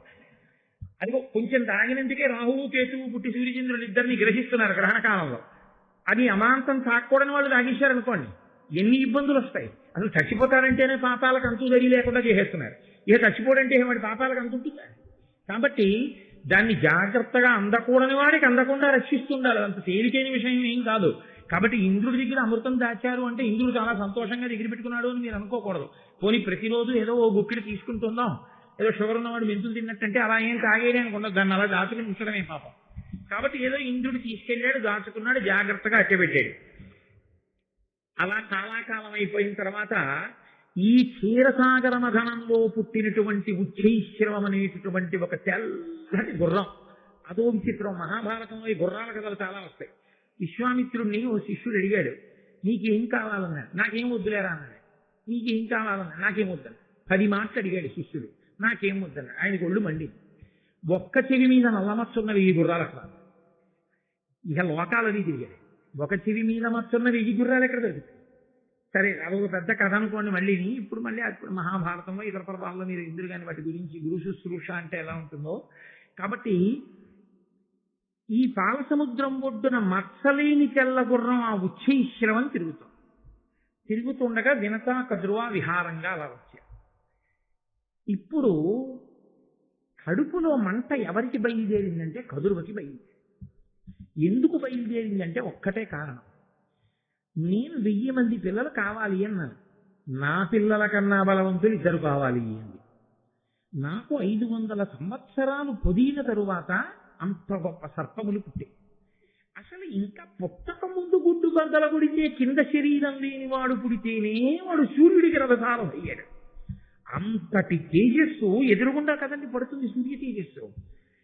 అంత దూరంలో సూర్య భగవానుడు ఉండగానే దగ్గర కూడా ఎవరు వెళ్ళరు. అటువంటిది రథం మీద ఎదురుగుండా కూర్చుని రథం తోలుతున్నాడు అంటే ఎంతటి తేజోమూర్తి. ఇప్పుడు ఇంకొక 500 సంవత్సరముల తర్వాత పుట్టేటటువంటి కుమారుడు మరింత తేజోమూర్తి రాబోతున్నాడు. ఇప్పుడు ఈవిడ అలాంటి కోరిక కోరేసింది. 2 కొడుకులు ఇంతటి తేజోమూర్తుల ముందు నా కొడుకులు ఏం నిలబడతారు. దీనికి ఇన్ని తెలివితేటలు రా, ఎంత గొప్ప కోరిక కోరిందిరా ఇది. ఎలాగైనా ఈవిడ్ని ఇబ్బంది పెట్టాలి అంటే అసూయ ప్రబలింది. ఎంత ప్రమాదకరమైన లక్షణమో అసూయ అన్నది నీకు మహాభారతం తీర్పు చెప్పబోతోంది. గాంధారి ఇది అక్కడే ప్రారంభమైంది భారతం. ఆవిడే అంతే, కడుపు బాదుకుంది, ఆ కడుపులో ఉండేటటువంటి బిడ్డలు గర్భస్రావం అయిపోయి బయటికి వచ్చేస్తే నీటి కుండల్లో పెట్టి పెంచితే 100 పుత్రులు కౌరవులు పుట్టారు. ఇక్కడ 1000 మంది బిడ్డలు గుడ్లలో ఉంచి వచ్చారు. అంటే పునాదిగా పడుతోంది ఆది పర్వంలో గరుడోత్పత్తి. విశేషమైన అసూయ పొందింది. నేను మీతో నిన్న మనవి చేశాను, అసూయ యందు కోపము యందు వ్యూహరచన చేస్తే పాపము చాలా మిక్కుటముగా కట్టి కుడిపేటటువంటి ఆలోచనలే వస్తాయి. ఎందుకంటే విషపూరితం అయిపోయింది కనుక మనసంతా. ఆవిడ అప్పుడు బహుశः ఆలోచన చేసి ఉంది, ఎలా ఈ వినతని లొంగ తీసుకోవడం. ఎంత బలం ఉన్నదైనా నేను చెప్పిన మాట వినేటట్టుగా నా దగ్గర పడేసి ఉంచితే ఆ బలమంతా నా కోసం పనికొచ్చేదే, కానీ ఆ బలం సొంతానికి పనికి రాకుండా పోతుందిగా. అప్పుడు ఏం చేస్తుంది? కాబట్టి ఎలాగైనా నేను ఈ వినతని నాకు దాసిని చేసుకోవాలి. ఇది ఆవిడ కడుపులో ఉంది ఎప్పటి నుంచో ఆలోచన. అదును కోసం ఎదురు చూస్తోంది. ఇద్దరు పాలసముద్రం ఒడ్డుకి వెళ్ళారు. పాలసముద్రం ఒడ్డుకి వెళ్ళిన తర్వాత ఆ పాలసముద్రం చాలా గొప్పదైన స్థితిలో దాని కెరటములు, దాని తరగలు, అందులోంచి వచ్చేటటువంటి నురుగు, ఆ తుంపర్లు మంచి సంతోషంగా ఉంది. ఇద్దరు విహరిస్తున్నారు. అక్కడ కద్రువ తెల్లటి గుర్రాన్ని చూసింది. ఆవిడికి తెలుసు అది ఉచ్చైశ్రవము, దానికి ఎక్కడా చిన్న నల్లమచ్చ కూడా ఉండదు, అది తెల్లటి గుర్రం అని ఆవిడికి తెలుసు. ఆవిడికి ఇంకొక విషయం కూడా తెలుసు, వినతకి అతిశయం ఎక్కువ. తను నమ్మినది, తాను అనుకున్నది తిరుగులేనిది అని అనుకుంటుంది. అనుకుని పప్పులో కాలేస్తుంది. ఈ బలహీనత నమ్మితే అలా ఇలా నమ్మదు, నా నమ్మకం అంత గొప్పది అనుకుందండి. ఈ అతిశయాన్ని అడ్డు పెట్టే పడగొట్టాలి వినతని. కాబట్టి ఇప్పుడు కద్రువు ఏం చేసిందంటే, చెల్లి చూసావా, ఆ ఉచ్చైశ్రవాన్ని చూసావా, పౌర్ణమి నాడు ఉండేటటువంటి చంద్రబింబానికి నల్లమచ్చ ఎలా ఉంటుందో అంత తెల్ల గుర్రానికి తోక దగ్గరున్న నల్లమచ్చ చూసావా. వినత పక్కున నవ్వి, అక్క ఏ కన్నులతో చూస్తున్నావి అంటే, మీరు చూడండి లోకంలో ఓ మాట ఉంటుంది, అతిశయం ఉన్నవాళ్ళు ఈ కళ్ళకి పొరలు ఉన్నాయేమిట్రా, అది కళ్ళు పచ్చబడ్డాయా అంటారంటే అతిశయం అన్నమాట. తను చెప్పింది కదా, అర్థవంతుల వాళ్ళకి అలా కనపడటం లేదు, పెద్ద మాట వాడేసి. ఏ కన్నులతో చూస్తున్నావే అక్క, అది మహాత్ముని యొక్క మచ్చలేని కీర్తి ఎలా ఉంటుందో అలా ఉందా తెల్ల. కాబట్టి నువ్వు దానికి మచ్చ ఉందంటావేంటి? తెలుసు కద్రువకి ఈ అతిశయం దగ్గరే పడిపోతుంది వినత. ఈ అతిశయంతో అవతల వాళ్ళు చేస్తున్నటువంటి పన్నాగాన్ని గమనించలేదు. గమనించకుండా అతిగా విశ్వసించి దెబ్బతింటుంది. కాబట్టి ఇప్పుడండి, మహాశ్వంబు ధవళ దేహంబునందు నల్ల కలిగిన నీవిప్పుడు నాకు దాసివగము, మరి ఎందు నల్ల లేదయ్యనీని నీకు నే దాసినగుదు బనిదము సరు. ఆవిడ ఎంత గొప్పగా మాట్లాడిందో చూడండి. కద్రువు అంటోంది, మహాశ్వంబు ధవళదేహంబునందు నల్ల కలిగిన నీవిప్పుడు నాకు దాసివగుము, మరి ఎందు నల్ల లేదయ్యనేమి నీకు నే దాసినగుదు బనిదము సరు. నిజంగా గుర్రం తోకకి కానీ నల్లగా ఉన్నదో, కద్రువా నువ్వు చెప్పిన మాట నిజం, అప్పుడు నేను నీకు 1000 ఏళ్ళు దాసీత్వం చేస్తాను, 500 సంవత్సరములు దాసీత్వం చేస్తాను. లేదా నీకు నేను దాసీత్వం చేస్తాను, 500 సంవత్సరములన్న నియమం కూడా లేదు, నేను నీకు దాసీత్వం చేస్తాను. ఒకవేళ ఆ గుర్రానికి కానీ నిజంగా తోక దగ్గర నల్లగా లేకుండా తెల్లగా ఉంటే నేను గెలిచాను కాబట్టి నువ్వు నాకు దాసివి కావాలి. పందెం వెయ్యడం అన్న మాట మీరు ఎప్పుడైనా ఉన్నప్పుడు చూడండి, ఇది పందెం వెయ్యి అంటారు. ఇలా మీరు చూడండి, పందెం వెయ్యండి అనరు. లేకపోతే నమ్మి కదు పంద్యాలు ఉద్దేశాడు ధర్మరాజు గారు. ఎక్కడి నుంచి ఎక్కడి వరకు వెళ్ళిపోయింది మహాభారత కథ. కాబట్టి ఇప్పుడు పందెం వెయ్యి అంటే అనగానే లొంగిపోయింది. అలాగే నేను నీకు దాసినవుతాను, తప్పితే నువ్వు నాకు దాసివవు. నువ్వు చెప్పినట్టు గుర్రంతో ఒక చివర నలుపు ఉన్నదో నేను నీకు దాసిని, తెల్లగా ఉన్నదో నువ్వు నాకు దాసి. ఏమిటి ఆవిడ ధైర్యం? గుర్రం తోక కాదు, గుర్రం అంతా తెల్లగా. పద చూద్దాం, దగ్గరికి వెళ్ళాం. కద్రువుకి తెలియదా దగ్గరకెడితే తెల్లగా ఉంటుంది గుర్రం అని? ఆవిడ లోపల కుటిలమైన ఆలోచనతో ఉంది. వినత యందు అతిశయమున్నా స్వచ్ఛమైన హృదయంతో. ఆవిడలో కుట్రలు లేవు, కుతంత్రాలు లేవు, అసూయ లేదు. కాకపోతే అతిశయ భావన ఉంది. నేను తెలివైన దాన్ని అనుకుంటూ ఉంటుంది పాపం. ఎప్పుడు నేను మంచి నిర్ణయాలు చేసుకుంటాను అనుకుంటూ ఉంటుంది. అదే బలహీనతగా పట్టుకున్నది అవతల. కాబట్టి ఇప్పుడు కద్రువంది మళ్ళీ వినత ఇప్పుడే వెరదాం అనడానికి వీలు లేని మాట చెప్పి వెనక్కి తీసుకెళ్ళిపోవాలి. భర్తకి సేవ చెయ్యవలసిన సమయం ఆసన్నమైంది. ఎందుకంటే ఇప్పుడు ఆయన అగ్నికార్యం చేయడానికి ఇంటికి వస్తాడు స్నానం చేసి. మన ఇద్దరి కర్తవ్యం పత్నులుగా ఆయనకి కావలసినటువంటి మడినీళ్లు పెట్టడం, సమిధలు అందించడం, అగ్నిహోత్రాన్ని సిద్ధం చేయడం, అవి చేసి పెట్టాలి. మేమిద్దరం పందెం కట్టుకున్నాం, అందుకని గుర్రం తెల్లగా ఉందో నల్లగా ఉందో చూడడానికి వెళ్ళాం. నీ కర్మాన నువ్వు స్నానం చేసి బడి కట్టుకుని అగ్నిహోత్రం చేసుకోని అనకూడదుగా. మనం భర్తని అనువర్తించాలి. కాబట్టి మనం ఇంటికి వెళ్ళి రేపొద్దాం. ఎక్కడికి పోతుంది గుర్రం? ఇక్కడే తిరుగుతుంటుంది అంటే చెప్పాను కదూ, వినత తొందరగా పడిపోతుంది పాపం. ఆవిడంది అలా. రేపొద్దాం ఇంటికి వెళ్ళి. ఒక రాత్రి సమయాన్ని ఎందుకు అట్టి పెట్టుకుందో తెలుసా అండి కద్రువ? కేవలము వినతని మోసం చెయ్యడం కోసమే పెట్టుకుంది. కాబట్టి ఇప్పుడు ఆవిడ తన బిడ్డలందరినీ సమావేశపరిచింది. ఇంట్లో ఆవిడ బిడ్డలందరూ పావులు. పావులన్నీ సాధారణంగా నల్లగానే ఉంటాయి. కాబట్టి పావులన్నిటినీ సమావేశపరిచింది. కొడుకుల వంక చూసి ఒక మాట అంది.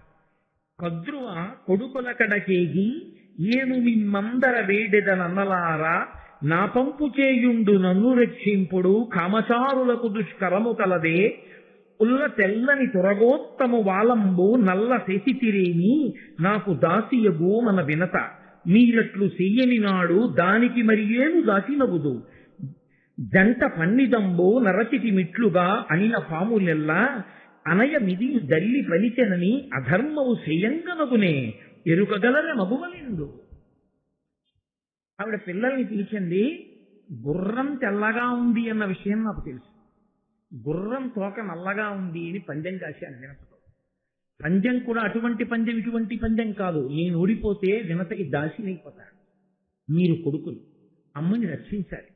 కాబట్టి మీరు ఏం చేస్తారంటే మీలో కొంతమంది వెళ్ళి ఆ పాము తోకకి చుట్టుకుంటే ఆ పాము తోక నల్లగా కనపడుతుంది.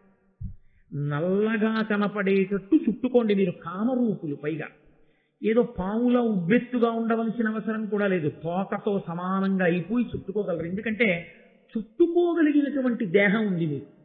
ఇప్పుడు నన్ను వెళ్ళి దీన్ని చుట్టుకోమన్నాను అనుకోండి, నేనేం చుట్టుకుంటాను? చుట్టుకోలేను. చుట్టుకోగలిగిన దేహం పాము, అది చుట్టుకోగలదు ఇలా.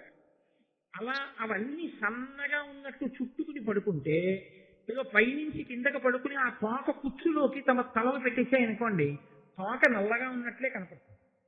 కాబట్టి మీరు కామరూపులు. ఉపాయం కూడా చెప్పింది. మీరు వెళ్ళి ఆ గుర్రం తోక పట్టుకుంటే వినత నాకు దాసి అవుతుంది. ఎందుకు అసలు వినత దాసి అవ్వాలి? అసలు ఎందుకు ఆవిడ కడుపులో బాధ అంటే నన్నయ్య గారిని చెప్పమని మీరు నేను అడగక్కర్లేదు. లోపల పట్టినటువంటి అసూయ ఆమె చేత ఆ మాటలు పలికించింది. తన బిడ్డల దగ్గరకు వెళ్ళి పనికి మాలిన మాటలు తల్లి ఎప్పుడు చెప్పినా చిట్ట చివరికి ఏమవుతుందో తెలుసా? కట్టి కుడిపేస్తుంది. నేను కొన్ని ఇళ్లలో వింటుంటాను, నువ్వు పెద్దవాడి అయిన తర్వాత నీ మేనమామని చెప్పు తీసి కొట్టాలంటుంటుంది ఒక అక్క చెల్లెలు. ఆవిడికి ఏదో కోపం వచ్చింది. నేను ఒకసారి కాశీ క్షేత్రంలో విన్నాను ఈ మాట. ఒక ఆవిడ మాట్లాడుతుంటే తెల్లబోయి, నోటికి అన్నం తింటున్నావా, గడ్డి తింటున్నావమ్మా, పిల్లలకి నువ్వు చెప్పుకోవలసిన నీతి అదే. నీ తోడ పుట్టినవాడు మేనమామల ముద్దు మేలైన ముద్దు, తాతలకు తా ముద్దు తాను అబ్బాయి. ఇవాళ నీకు నీ అన్నదమ్ముడికి ఏదో చిన్న మాట పట్టిన పొచ్చి ఉండొచ్చు. దానికి నీ కొడుక్కి నువ్వు నేర్పే మాట అదే. నీ కొడుక్కి నువ్వు నూరిపోసేది అదే. నీ కొడుక్కి 40 ఏళ్ళు వచ్చేటప్పటికి నీ అన్నదమ్ముడికి 60 ఏళ్ల వయస్సు వస్తుంది. 60 ఏళ్ల వయస్సు వచ్చేసి షష్ఠి పూర్తికి దగ్గర పడిపోయినటువంటి పెద్దవాణ్ణి మేనల్లుడు వెళ్ళి నిజంగా నువ్వు చేస్తున్న దుర్బోధలు వాడి మనసుకు పట్టి వాడు చెప్పుచ్చు కొడితే నీ వంశం కాలిపోతుంది. మేనమామ పూజనీయుడు. తప్పు చేసినా నాన్న మేనమామకి నమస్కారం పెట్టి వెళ్ళిపో, మామయ్య ఆశీర్వచనమే. ఒకవేళ మామయ్య ఏదైనా అన్నా నీకు ఆశీర్వచనం తప్పు, మేనమామల మేనమామయందు తప్పొప్పులు ఇంచే అధికారం నీకు లేదు, నువ్వెవరి ఆయన ఎంత ఎంచడానికి, తప్పలా చెప్పకు అని చెప్పడం మానేసి తన అన్నదమ్ముడి మీద కోపం తన బిడ్డలకి నేర్పితే ఆఖరికి వచ్చేటప్పటికి జరిగేది ఏంటి? వాడికి మేనమామని కొట్టడం ఒకటే రావడం కాదు, మేనమామని కొట్టక ముందు చాలా మందిని కొట్టి ఈ తల్లి వెళ్ళి బెయిల్ ఇచ్చి కొడుకుని జైల్లోంచి తెచ్చుకోవాల్సిన రోజు వస్తుంది. రాదు. నువ్వు నేర్పిన విషయం ఎక్కడికి పోతుంది? అందున మీకు నేను ఒక విషయం మనవి చేస్తున్నాను. మీరు గరుడోపాఖ్యానంలోనే ఒక గొప్ప ధర్మరహస్యాన్ని వింటారు. అమ్మ ఏం చేస్తుంటే పిల్లలు వెనక అది చేస్తారు. మీరు గమనించండి. పిల్లలకు ఉండే లక్షణం ఏంటంటే అమ్మ ఏం చేస్తే అది చేస్తారు. అమ్మ చీర కట్టుకుంటుంది అనుకోండి, వాడు మగపిల్లాడు అనివ్వండి ఆడపిల్ల అనివ్వండి, వాడికి ఏం తెలియదు, వాడు ఆ చీర ఇలా కట్టుకునే ప్రయత్నం చేస్తాడు. అమ్మ గరికెలు అవి పెట్టి వంట చేసుకుంటే వాడు వంటింట్లోనే ఆడుకుంటూ వంకాయలు బెండకాయలు బీరకాయలు పట్టుకుంటాడు. అమ్మ ఎక్కడికన్నా వెళుతుంటే అమ్మ నేను నీతో వచ్చేస్తానని వెంటపడతాడు. అమ్మ కాసేపు కనపడకపోతే అమ్మా అని ఏడుస్తాడు. అమ్మ ఏం చేస్తోందో అదే వాడు చేస్తాడు తప్ప అసలు అమ్మని విడిచి ఇంకొకటి చేద్దామని పిల్లలు అనుకోరు. వాడికి సినిమా అర్థమైందా అర్థం లేదా ఏ విషయం, కానీ వాడు అమ్మతో సినిమాకి వెళ్ళిపోతాడు. ఆ తర్వాత ముందు కనుక కూర్చున్న వాళ్ళ ప్రారంభం వేరు విషయం అనుకోండి, నేను దాని గురించి చెప్పను. కాబట్టి పిల్లలకుండే లక్షణం ఏమిటంటే వాళ్ళకి సమస్తమైన సుఖము అమ్మయే. వాళ్ళ అమ్మ అనుకరిస్తారు. పైగా 1,000,000 మంది చెప్పిన మాట ఒకెత్తు, అమ్మ చెప్పిన మాట ఒక్కటి ఒకెత్తు. మీరు ఎప్పుడైనా పిల్లల్ని గమనించండి. మీరు 1000 మాటలు భారతమాతకు జేజేలు అని చెప్పారనుకోండి, వాడికి అమ్మ ఏం దిక్కుమాలిన దేశం రా, నువ్వు ఇండియాలో ఉండకూడదురా, నువ్వు అమెరికా వెళ్ళిపోవాలరా, ఏం అమెరికా రా, ఏమి గొప్ప దేశం రా, చిచి చిచి చిచి చిచి ఏం దేశం రా నేర్పింది అనుకోండి అమ్మ, వాడొక్క నాటికి భారతమాతకు జేజేలు అండు. చిచి చిచి చిచి ఏం దేశం అంటారు. అమ్మ 1,000,000 మంది వచ్చి అమెరికా సుసంపన్నమైన దేశం, అక్కడికి వెళ్ళిపోరా, అక్కడ బతకాలి అని 1,000,000 మంది చెప్పనివ్వండి, ఎందుకురా నీకు అమెరికా? ఈ దేశం, ఈ జాతి, ఈ గంగ, ఈ నీరు, ఈ ఆవులు, ఈ దూడలు, ఈ పౌర్ణమి, ఈ చంద్రుడు, ఈ కొండలు, ఈ ఇల్లు, ఈ అనుబంధాలు నీకు వస్తాయిరా అందనుకోండి. 1,000,000 మంది చెప్పనివ్వండి, నాకెందుకండి అమెరికా? అమ్మ చెప్పినది ఏదో అదే బుర్రకెక్కుతుంది, అంతే ధర్మశాస్త్రం. అందుకే తల్లి బిడ్డలకి చెప్పేటప్పుడు చాలా పరిణతితో చెప్పవలసి ఉంటుంది. మీరు అందుకే లోకంలో చూడండి, ఈయన చెప్పే మాటలు పరమ యథార్థాలు మాట్లాడుతున్నాను, ఉదుసుపోని మాటలు నేను మాట్లాడటం లేదు. కొడుకు ఎంత సంతోషంగా ఉన్నా తల్లి గభాలను ఏడిచేసింది అనుకోండి, పిల్లాడి మనసు అతలాకుతలం అయిపోతుందండి, కదిలిపోతున్నట్టే పిల్లాడి మనసు. అమ్మ స్థానం అంత గొప్పది. అమ్మ ప్రత్యేకించి చిన్నతనంలో అమ్మ చెప్పిన మాటలు ఏ ఉన్నాయో అవి హత్తుకుంటాయి. నేను మీకు ఒక సత్యం చెప్తున్నా, తండ్రి మీద శత్రుత్వం కూడా పిల్లలకు వస్తుంది అమ్మ వేరుగా మాట్లాడి. నీ నాన్న వల్ల నేను సుఖపడిందే ఉందిరా, నీ నాన్న వల్ల నేను సుఖపడిందే ఉందిరా అమ్మ 100 మాటలు అందనుకోండి, నాన్నగారు పనికి మాలిన వాడు అన్న భావన కూడా వస్తుంది. నేను పరమ యథార్థం చెప్తున్నాను మీకు. గరుడోపాఖ్యానంలో ఈ సత్యాలన్నింటినీ నన్నయ్య గారు ఆవిష్కరిస్తారు. అందుకే అందరికన్నా జాగ్రత్తగా మాట్లాడడం నేర్చుకోవలసింది ఎవరు అంటే తల్లి. తల్లి ఏది పిల్లలతో మాట్లాడుతుందో పిల్లలు అలాగే తయారవుతారు. కాబట్టి తల్లి పరిణతితో మాట్లాడాలి, చాలా జాగ్రత్తగా మాట్లాడాలి. కాబట్టి ఇప్పుడు అమ్మతో ఇలా మాట్లాడితే ఆ పిల్లలు అన్నారు, దేనికమ్మా, దేనికి పిన్నమ్మ నీకు దాసి కావాలి? కేవలం అసూయ తప్ప ఆవిడ దగ్గర జవాబేముంది? కాబట్టి ఆ పిల్లలు అన్నారు, తప్పురా, అమ్మ చెప్పిందని ఇంత అన్యాయమా, మనం వెళ్ళి పావు తోకకి చుట్టుకోవడం ఎందుకు, పిన్నమ్మ అమ్మకి దాసి కావడం ఏంటి, అన్ని వైభోగాలు వదులుకుని అమ్మకి సేవ చేయడం ఏంటి, తప్పు. ఇలా ఏదో చెప్పింది కదా అని మనం చేసేయకూడదు, అమ్మ తప్పు కదా, అలా చెయ్యొచ్చా అన్నారు. ఆవిడ ఆశలన్నీ ఎవరి మీద పెట్టుకుందంటే, కొడుకుకి ఏదైనా చెప్పినప్పుడు వాడు వెంటనే తిరిగి అమ్మకి ధర్మం చెప్తే అంతే, ఎక్కడ లేని కోపం. ఆవిడ వెంటనే నేను మన్నింపబడగను గాక. వ్యగ్రత అన్నది ఎంత ప్రమాదమో తెలుసండి. అపారమైన కోపంలో అనరాని మాట నోటి వెంట వచ్చేసింది అనుకోండి, ఆ తర్వాత వచ్చేటటువంటి పరిణామములు భయంకరంగా ఉంటాయి. అయ్యో కోపంలో అనేశానండి అంటే కోపం పోతుందేమో, ఆ వాక్కు యొక్క ప్రభావం పోదు. అందుకే మన వాళ్ళు తిట్టినప్పుడు కూడా మంగళప్రదమైన తిట్టు తిట్టించేవారు తప్ప మంగళప్రదము కాని తిట్టు తిట్టనిచ్చేవారు కాదు. నీ అమ్మ కడుపు మాడా అనేవారు. నీ అమ్మ కడుపు మాడా అన్న తిట్టి ఎందుకు తిట్టేవారో తెలుసా అండి? అదొక్కటే. ఎప్పుడు మా చిన్నతనంలో ఎప్పుడైనా తిరిచే పెద్దలు ఆ ఒక్క తిట్టే తిట్టేవారు.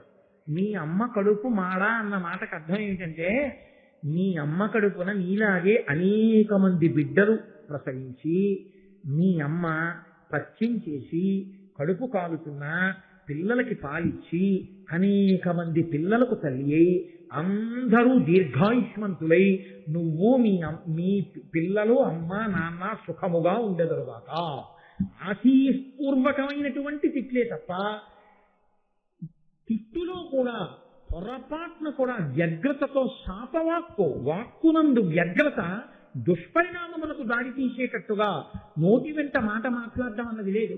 మాటల చేత దేవతలు మన్నన చేసి వరంబులిత్తురు. ఆ మాట వలన దేవతలు మన్నన చేసి వరం ఇస్తారు.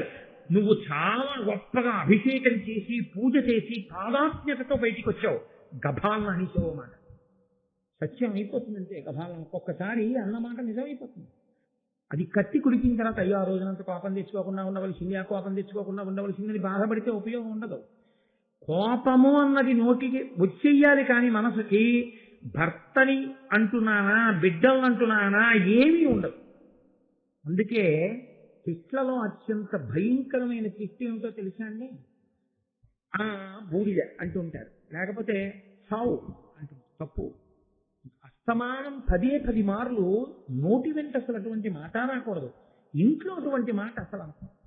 పసిపిల్లల్ని అనునయించి మాట్లాడడంలో కొన్ని ఇళ్లలో ఎంత మంగళకరమైనటువంటి మాటలు ఉంటాయో కొంతమంది పెద్దవాళ్ళ నోటి వెంట అంత అమంగళకరమైన మాటలు పిల్లలను ఉద్దేశించి మాట్లాడతారు. అలా ఉండకూడదు వాక్కు. ఆ కోపం అవధి లేకుండా పుట్టింది ఎక్కడి నుంచి? అసూయలో నుంచి. నేను మీతో మనవి చేశాను కదా, చెట్టు తొర్రలో అగ్గి రాజుకోవడం మొదలవ్వాలి, కానీ ఎంత పచ్చని చెట్టు కలిపి. అసూయలోంచి అపారమైన కోపం వచ్చింది.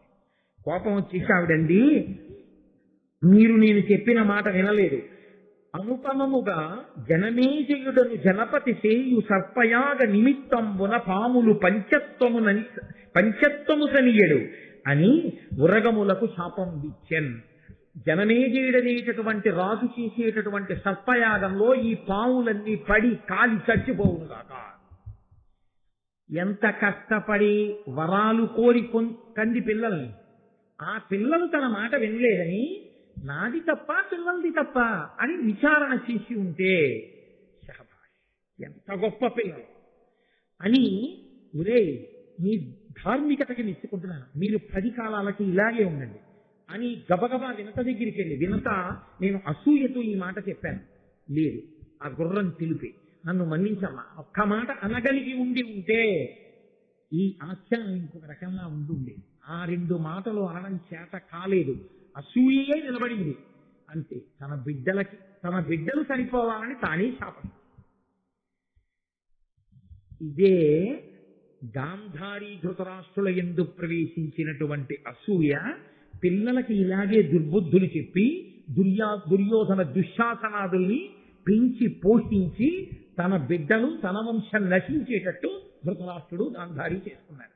ఆది పర్వంలో మిగిలిన మహాభారతానికి పునాది 8 మనవి చేశారు. ఆ మహాభారతానికి ఇది పునాది అయితే మన కుటుంబాల యొక్క వృద్ధికి, మన కుటుంబాల యొక్క ఇంకొక స్థితికి కూడా మనలో ఉండకూడని ఏ గుణము మనం పరిశీలించవలసి ఉంటుందో, దేని వలన చెట్లు పచ్చగా ఉంటాయో, దేని వలన పచ్చని చెట్లు కాలిపోతాయో మనకి మహాభారతం నిర్దేశిస్తుంది. కాబట్టి అంత పెద్ద శాపవాక్యాన్ని విడిచిపెట్టేసి, ఇంత పెద్ద శాపవాక్యాన్ని విడిచిపెడితే పావులన్నీ కలవబడతాయి. అయ్యి బాబోయ్ ఇదేమిట్రా ఇంత పెద్ద వాక్యం విడిచిపెట్టేసింది అమ్మ శాపానికి కానీ మనం వశులం అయిపోయామా చచ్చిపోతాం. కాబట్టి అమ్మ మాట విందామా, ధర్మానికి కట్టుబడదామా? బతకడం కోసం అమ్మ మాటే విందాం. నేను మీతో మనవి చేశాను కదా, అమ్మ మాట ఎంత దూరమైనా తీసుకెళ్తుంది, గాంధారి మాట ఎంత దూరమైనా తీసుకెళ్ళింది మహాభారతాన్ని. అందుకని కర్కోటకుడు మొదలైన పాములు వెళ్ళి సన్నగా ఉండేటటువంటి తీగలలా ఆ ముచ్చైశ్రమము యొక్క తోక నల్లగా ఉండేటట్టుగా చుట్టుకున్నాయి. మరునాడు వినతని తీసుకుని కదురువ ఆ ముచ్చైశ్రమం ఉండేటటువంటి దగ్గరగా వెళ్ళి అదిగో తోక నల్లగా ఉంది కాబట్టి నువ్వు ఓడిపోయావు అంటే వెర్రి వినత అంగీకరించిన ఉత్తర క్షణం నుంచి వినత కదురువకు దాసి అయిపోయింది. ఇక తాను సంతోషంగా ఉండడం అన్నది ఏమైనా ఉంటుందా? ఇహ లేదు. ఒకే ఒక్క అతి విశ్వాసముతో పందెమన్న మాట దాకా వెళ్ళిపోవడం, అయిన దానికి కాంజానికి పంజాలు ఎందుకండి? అప్పటి నుంచి ఇప్పటి వరకు ఈ బెట్టింగులు జీవితాలని పాడు చేస్తూనే ఉన్నాయి కదా. ఇప్పటికీ ఎప్పటికీ కొంతమంది జీవితాలనే పాడు చేసేది. ఎన్ని చోట్ల ఎంతంత స్థితికి వెళ్ళిపోయాయో. అందుకే మహాభారతాన్ని పిల్లలకి వినిపిస్తే పిల్లలు ఎలా బ్రతకాలో అర్థమవుతుంది. కానీ మన దురదృష్టం ఏంటంటే మహాభారతాన్ని పిల్లలకి వినిపిస్తే వాళ్ళకి ఏదో మౌఢ్యం వచ్చేస్తుందని మనం నమ్మి మనం పిల్లలకి భారతం చెప్పాలి. పిల్లలకి ఎక్కడి నుంచి వస్తుంది సంస్కారం రమ్మంటే, ఎక్కడి నుంచి వస్తుంది పరిణితి రమ్మంటే, నన్నయ్య గారి భారతంలోంచి గట్టిగా ఓ 10 పద్యాలు ఏవి అక్కర్లేనటువంటి పద్యాలన్నీ పిచ్చి పిచ్చి పాఠాలన్నీ ఇవాళ పాఠ్యాంశాలుగా ఉన్నాయి. ఏవి పనికొచ్చి నీతులు ఎక్కడున్నాయి? సంస్కారము లేని చదువు ఎవరిని ఉద్ధరించడానికి పనికొస్తుంది కనుక. కాబట్టి ఇప్పుడు వినత కదురువకు దాసి అయిపోయింది. ఆ దాస్యం అలా నడుస్తోంది. అప్పటికి 500 సంవత్సరముల కాలం గడిచి హాయిగా కశ్యప ప్రజాపతి యొక్క పత్నిగా అంత సంతోషంగా ఉండవలసింది తొందరపడి అతి విశ్వాసంతో చేసిన పనికి అంత తేజోవంతుడైన కొడుకు శాపవాక్కు విడిచిపెట్టి అరుణుడు రథసారథిగా సూర్య భగవానుడి దగ్గరికి వెళ్ళిపోయాడు. ఇంకొక కొడుకు పుట్టలేదు, ఆ గుడ్డ అలాగే ఉంది. ఆమెకి 1000 మంది పిల్లలు, ఆ పిల్లలు పెరిగి పెద్దవాళ్ళు అవుతున్నారు. దాసి అంటే చెయ్యవలసిందే ఉంటుంది. ఆ 1000 మంది పిల్లలకి స్నానం చేయించండి అనుకోండి, చాలా ఎవరికి స్నానం చేయించిందో తెలియదు, ఎవరో మళ్ళీ మట్టిలో పొల్లు వచ్చారో తెలియదు, ఎవరికి పలహారం పెట్టిందో తెలియదు, ఎవరు తిని మళ్ళీ వచ్చేసాడో తెలియదు. 1000 మంది అటెండెన్స్ తీసుకోవడం అంటే మాటలండి. 6 పిల్లలకి స్నానం చేయించడానికి చిన్నతనంలో మా అమ్మగారు ఎంతో వ్యధపడేది. నాకు ఇప్పటికీ గుర్తు. మమ్మల్ని 6 పండగ వస్తే వరుస క్రమంలో నించోపెట్టి మా అన్నదమ్ముల్ని అక్క చెల్లెళ్ళని ఒళ్ళంతా నూనె పెట్టి ఒళ్ళంతా నలుగు పెట్టి చెమట పట్టేస్తుంటే పిచ్చి తల్లి అలాగే జుట్టు ముడేసుకుంటూ ఆ పమిట కొంగు బిగించుకుంటూ ఇంత గిన్నెలో ఆ నలుగంతా తీసి మా ఒళ్ళంతా పెట్టి ఆటలాడతారా మచ్చలు పడిపోతాయని, మచ్చలు పడకూడదని ఒళ్ళంతా నలుగు పెట్టి నూనె రాసి మళ్ళీ 6వ వాడికి నలుగు పెట్టిన తర్వాత మొదటి వాడికి నూనె ఇంకుతుందని వాణ్ణి పిలిచి 6 ఆసనాలేసి కూర్చోబెట్టి తల మీద నూనె పెట్టి ఆశీర్వచనాలు చేసి మళ్ళీ ఉంగుని కుంకుడు పులుసు పోసి తల రుద్ది ఒళ్ళు రుద్దుతుంటే కంట్లో పడిపోయిందనేమో అడొకడు.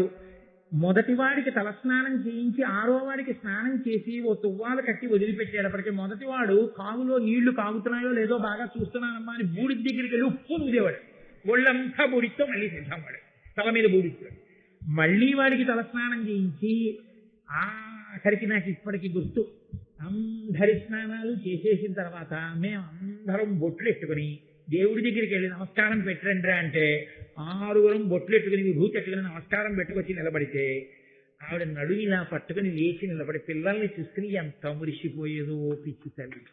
నా తల్లి కాదు, మీ తల్లులైనా అంతే. అమ్మే మహాశివరాత్రి నాడు అమ్మని స్మరించకపోతే ఎలా? అమ్మ కన్నా పరదైవం ఎక్కడుంది? కాబట్టి 1000 మంది పిల్లల్ని సాకడం అంటే మాటలా? అంత కష్టపడి సాకింది. ఎవరి కోసం? కద్రువ కోసం వినత. ఈవిడ బిడ్డలే ఒక రకంగా పినతల్లి కాబట్టి. కానీ తన బిడ్డడు ఎక్కడో ఉన్నాడు, ఈ బిడ్డడు గుడ్డులో ఉన్నాడు. వీళ్ళని ఈవిడ సాకుతోంది. 1 రోజా 2 రోజులా? 500 సంవత్సరాలు. ఏ పాపానికి? కేవలము అతి విశ్వాసాన్ని కదండి. ఎంతంత ప్రమాదాలు తెస్తాయో, జీవితాల్ని ఎంత అతలాకుతలం చేస్తాయో మహాభారతం ప్రత్యక్ష సాక్ష్యంగా మాట్లాడుతుంది. కాబట్టి ఎక్కడి పరిధిలో అక్కడ ఉండి జాగ్రత్తలో ఉండు తలాకు నేర్పుతుంది మనకి. అతి విశ్వాసము అతిశయము మంచిది కాదు, పంద్యాల జోలికి వెళ్ళకూడదు. కనుక 500 సంవత్సరములు పూర్తయ్యాయి. ఆవిడ అదృష్టం పండింది. ఆతత పక్షమారుత రయప్రవికంపిత ఘూర్ణితాచల వ్రాత మహర్ణవుండు బలవన్ నిజదేహ సముజ్వల ప్రభాతూత పతంగ తేజుడు తిజుండయి తాక్షుడు తల్లికిన్ మనప్రీతియునొచ్చుతున్ నెగత భీమజవంబున నభ్రవీదికి. నన్నయ్య గారికి ఎంత సంతోషం కలిగిందో, అమ్మయ్య వినత దాస్యం తీరిపోయిందనుకున్నావో ఏమో, ఆనందంతో నన్నయ్య గారి మనసు ఎలా ఎగిరిందో, గరుత్మంతుని యొక్క జననం అలా జరిగింది. ఎంత గొప్ప పద్యం పడిపోయిందో ఆ ఆనందంలో, అటువంటి సమాసాలు పడిపోయింటే.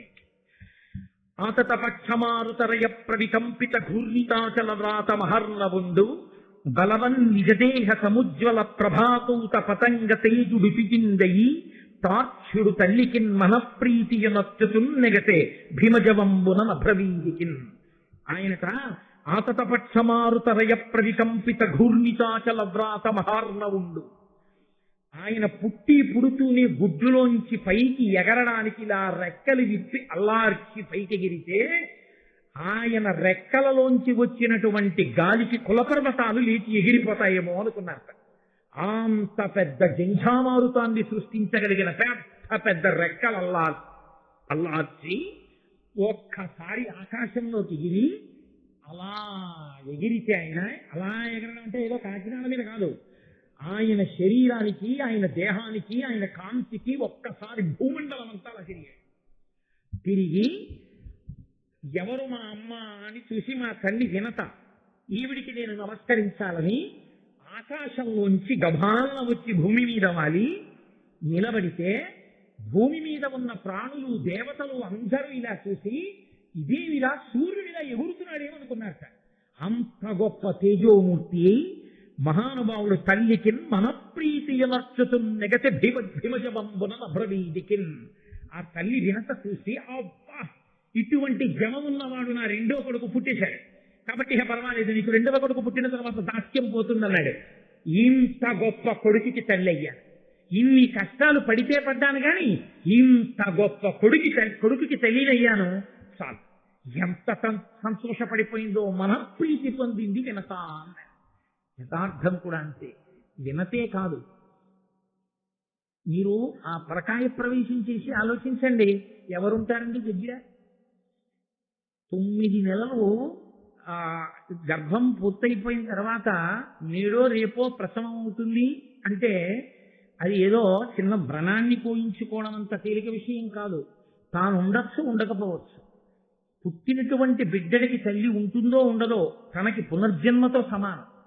అటువంటప్పుడు తను తెలివితో ఉండి తనకి తాళి కట్టిన భర్త తండ్రి అవుతున్నాడన్న పరమ సంతోషంతో తాను మృత్యు సదృశమైనటువంటి బాధని అనుభవించడానికి సిద్ధపడి ప్రసవ వేదన పొందుతూ అన్ని నిప్పులలో కూడా నేను నా కడుపులో ఇన్నాళ్లు నివాసం చేసినటువంటి ఆ చిన్ని మొలకని చూసుకుంటానన్న సంతోషంతో ప్రసవ వేదన యందు స్పృహనే తప్పి నెత్తుటి గుడ్డైనటువంటి ఆ చంటి బిడ్డడు పక్కన పడుకుని కుయ్యోమని ఏడిస్తే తెలివి రాగానే కన్ను విప్పి చూసుకున్న ఆ తల్లి, అమ్మయ్యా నా బిడ్డ అన్నప్పుడు పొందేటటువంటి ఆనందంలో ఇన్ని సంవత్సరములు పడిన కష్టం ఆవిరైపోతుంది. ఆ అమ్మ సంతోషపడని నాడు కొడుకు జన్మెందుకండి? ఇంకా ఆ అమ్మ సంతోషపడితే చాలు, కొడుకు జన్మ సార్థకత. అమ్మని మించిన దైవం ఇహ లోకంలో లేదు. కాబట్టి ఆ తల్లి వినత ఎంత సంతోషించిందో లోకంలో ఏ తల్లి అయినా అంతే సంతోషం. అది తల్లికి మాత్రమే ఉన్నటువంటి అదృష్టం. తండ్రి కూడా బయట నిలబడతాడంతే. కంగ్రాచులేషన్స్ అండి, మీరు ఫాదర్ అయ్యారు. ఫాదర్ అయ్యానంటే to whom, to a male baby or female baby అని అడిగితే అప్పుడు మీకు మగ పిల్లవాడు పుట్టాడు, అదో పిచ్చి సంతోషం, ఏదో ధరించేస్తారు. ఆడపిల్ల పుట్టింది, ప్రాజ్ఞుడికి ఒక సంతోషం, కన్యాదానం చేస్తారు. ఆదిలక్ష్మి పుట్టింది కాబట్టి పరమ సంతోషాన్ని పొంది వాడే ఉంది బయట కూల్ డ్రింకులో ఏవో ఇసుకుంటాడు. కానీ ఈవిడే పిచ్చి తల్లికి ఎన్ని మీట్లంటే బిడ్డల్ని చూసుకుని ఒక సంతోషం, వాడిని తడిని చూసుకుని ఒక సంతోషం, వాడి పుట్టుమచ్చలు చూసుకుని ఒక సంతోషం, వాడి జుత్తు నొక్కులుగా ఉంటే మా ఆయన జుత్తని సంతోషం, చేతులు పొడుగ్గా ఉంటే మా నాన్నగారి చేతులని సంతోషం, కళ్ళు అందంగా ఉంటే నా కళ్ళే వచ్చాయని సంతోషం, బుగ్గలు చూసి మా అమ్మ బుగ్గలని సంతోషం, వేళ్లు చూసుకుని మా అత్తగారి వేళ్ళని సంతోషం. ఇన్ని పోలికలు పోల్చుకుని ఇంత బాధ మర్చిపోయి అంత సంతోషపడిపోయి ఆ భర్త లోపలికి వచ్చి ఆ పిల్లాన్ని చూసుకుంటున్నప్పుడు భర్త కళ్ళల్లో మెరుపు చూసి తాను ఎంత మురిసిపోతుందో. అందుకు కదండి అసలు ఆడదాని వల్ల రా నెలకో వర్షం, వాళ్ళ వల్ల రా నువ్వు బతుకుతున్నావని శాస్త్రం.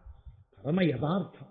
నిజంగా అటువంటి ఆడదాన్ని ఖేద పెట్టడం, అటువంటి ఆడదాని మీద పరిహాసం చేయడం ధర్మశాస్త్రంలో లేదు. మన ప్రారంభం కొద్దీ అక్కర్లేని పశ్చిమ దేశాల సంస్కృతిని దిగుమతి చేసుకుని ఇంత హీయమైన రీతిలో ఇవాళ మనం, సరే మిగిలిన విషయాలు నాకెందుకు కానీ, పవిత్రమైన మాతవసాలు మహాశివరాత్రి పూట ఇతర ఇంకొక కోణం నాకెందుకు. కాబట్టి ఆ మహానుభావుట ఇంతటి తేజోవంతుడై మా నాన్నగారు ఎక్కడా అని అడగలేదు. ఆయన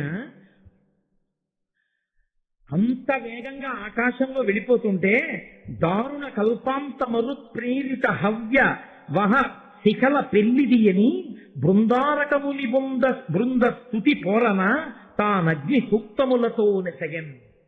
దేవతలు ఋషులు అందరూ అనుకున్నారట, ఓహో ప్రళయకాలం వచ్చేసిందిలా ఉంది, ప్రళయకాలంలో ఉండేటటువంటి అగ్నిహోత్రం వ్యాపిస్తోందన్నమాట అంతటా. అయ్య బాబోయ్ ఎంత తేజోవంతంగా ఉందోనని రక్ష చెయ్యి అని అగ్ని సూక్తములతో, అగ్నిహోత్రుడు వ్యాపిస్తున్నాడని అగ్ని సూక్తములతో ప్రార్థన చేశారు. తెలుగు భారతంలో లేదు కానీ అగ్నిహోత్రుడు కనపడి చెప్తాడు, నేను కాదయ్యా గరుత్మంతుడని మహాపురుషుడు ఆవిర్భవించాడు, సుపర్ణుడు, ఆయన రెక్కలతో ఎగురుతున్నాడు, ఆయన నేను కాదని చెప్తే అప్పుడు ఆయన్ని కీర్తించాడు. ఆయనట అంత వేగంతో ఆకాశంలో తిరిగి నా తండ్రి ఎవరం లేదు, మాతృదేవోభవ, మొదటి నమస్కారం తల్లికి. ఆ తల్లి గౌరవం తెలిసిన వాడికి లోకంలో అన్నిటికన్నా పోయిందని ఏడవలసిన రోజు ఏదైనా ఉంటే తల్లి పోయిన రోజు ఒకటి. నాకు లేదని ఏడవలసిన రోజు ఏదైనా ఉంటే నాకు తల్లి లేదని గుర్తు వచ్చినప్పుడు మాత్రమే, ఇంకా దేనికి ఏడవక్కర్లేదు. మళ్ళీ అలా ఏడవలసిన రోజు రాకూడదు పురుషుడి జీవితంలో. మళ్ళీ తల్లి స్థానంలో తల్లి స్థానంగా నిలబడి అనునయించగలిగిన ఏకైక వ్యక్తి పత్ని. ఆమె వెళ్ళిపోయిన నాడిక పురుషుడంత దరిద్రుడు వేరొకడు లేడు. అందుకే అష్టదరిద్రాల్లో ఒకటిగా చెప్పారు. కాబట్టి ఆయన హరిపులిషతి ఎరుగని గురుతర పక్షములతోడి కులగురివోలెన్ గరుడండు గగనగతి ఉరుతర జవమున నరుగు దించి తల్లికి మ్రొక్కెన్. ఇది నన్నయ్య గారు మన జాతికి నేర్పినటువంటి పాఠం. ఆయన ఎటువంటి వాడు? దేవేంద్రుడు విడిచిపెట్టినటువంటి వజ్రాయుధం పర్వతముల యొక్క రెక్కల్ని కోసేసింది ఒకప్పుడు. పూర్వం రామాయణం బాలకాండలో మీరు విన్నారు, ఆ సుందరకాండలో పర్వతాలన్నీ కూడా ఎగురుతూ వెళ్ళి ఎక్కడ పడితే అక్కడ దిగుతుండేవి. ఇక్కడ భారతం చెప్తున్నట్టు ఏంటంటే అవి కూడా వచ్చి దిగుతుండేవి. అవి వచ్చి దిగితే ఆ మోటార్ సైకిల్ ఏమైపోవాలి, ఆ సైకిల్ ఏమైపోవాలి, కార్లు ఏమైపోవాలి, ప్రజలు గగ్గోలు పెట్టేస్తున్నారని దేవేంద్రుడు ఏం చేశాడంటే పర్వతాల యొక్క పక్షములను రెక్కలన్నిటినీ తరిగేశాడు. తరిగేస్తే పర్వతాలు ఎగరకుండా ఎక్కడెక్కడో కూర్చుండిపోయి, దేవేంద్రుడి చేత సరగబడడానికి సాధ్యము కానంత శక్తివంతమైన రెక్కలు కలిగిన ఒక కుల పర్వతం ఉంది. అది ఎగిరితే ఆకాశంలో ఎలా ఉంటుందో అలా ఎగిరేస్త గరుత్మంతుడు. అంటే దాని అర్థం ఏంటి? దేవేంద్రుని యొక్క వజ్రాయుధం కూడా ఆయన రెక్కకి ఉన్న ఈకని కూడా ఏమీ చేయలేదు. అంతటి మహాబలవంతుడు పుట్టాడు. ఇంతటి బలవంతుడై ఆకాశంలో ఒక్కసారి అలా ఎగిరి కిందకి దిగి వచ్చి వెంటనే తన తల్లి వినతని చూసి అబ్బా మా అమ్మ అని పొంగిపోయి ఆ తల అమ్మ పాదాలకి తగిలేటట్టుగా ఉంచి నమస్కరించి అమ్మ వంక చూసి నమస్కరిస్తూ నిలబడ్డాడు. ఆ వినత పొంగిపోయింది చూసి, అబ్బా ఎటువంటి కొడుకు నా కొడుకు. చాలు, ఇవాళ అమృతప్రాయమైనటువంటి ఒక ఘట్టం గరుత్మంతుని యొక్క ఆవిర్భావాన్ని విన్నాం. నాకు కూడా కొంచెం ఇవాళ ఉపవాసం చేసి కాస్త ఓపిక తక్కువ ఉంటుంది కదా, అందుకని ఒక అరగంట ఉపన్యాసానికి మినహాయింపు ఇప్పించండి. రేపటి రోజు మళ్ళీ గరుత్మంతుడు బయలుదేరడం, అమృతాన్ని తీసుకురావడం, ఇవన్నీ అత్యద్భుతమైనటువంటి ఘట్టములు ఏదైనా నడుస్తాయి. నేను వ్యక్తిగతంగా మీతో విజ్ఞాపన చేసేది ఒకటే, మీకు ఏమాత్రం అవకాశం ఉన్నా అమృతోత్పాదనము మాత్రము తప్పకుండా, అమృతాపహరణములు మాత్రం తప్పకుండా వినండి అందరు. ఎందుకని అంటే అది నేను ఏదో సరదా కోసమో లేకపోతే మీ అందరూ వస్తారనో నేను చెప్పట్లేదు. నాకు అసలు ఆ జనం పిచ్చేది ఒక్క కారణానికే చెప్తున్నాను. అమృతాపహరణ ఘట్టము అంత గొప్పది, చాలా చాలా గొప్పది. దానికి నన్నయ్య గారు ఫలశ్రుతి చెప్పారు అంటే ఎంత గొప్పదో చూడండి. కాబట్టి రేపటి రోజున ఈ ఘట్టాన్ని కొనసాగింపు చేస్తాను. ఇప్పుడు నేను మంగళం చెప్పిన తర్వాత మీతో శివరాత్రి కార్యక్రమం గురించి మనవి చేస్తాను. దయచేసి మీరు అలాగే కూర్చుని ఉండండి. మంగళాశాసనపరై మదాచార్య పురోగమై సర్వైశ్చ పూర్వైరాచార్యై సత్కృతాయాస్తు మంగళం.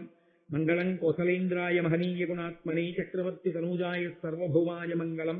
ఉమాకాంతాయ కాంతాయ కామితార్థప్రదాయినే శ్రీగిరీశాయ దేవాయ మలినాథాయ మంగళం. కరచరణకృతం వా కర్మవాక్కాయజం వా శ్రవణనైజం వా మానసం వాపరాధం విహితమవిహితం వా సర్వమేత్తక్షమస్వ. శివ శివ కరుణాబ్ధే శ్రీ మహాదేవ శంభో. సర్వం శ్రీ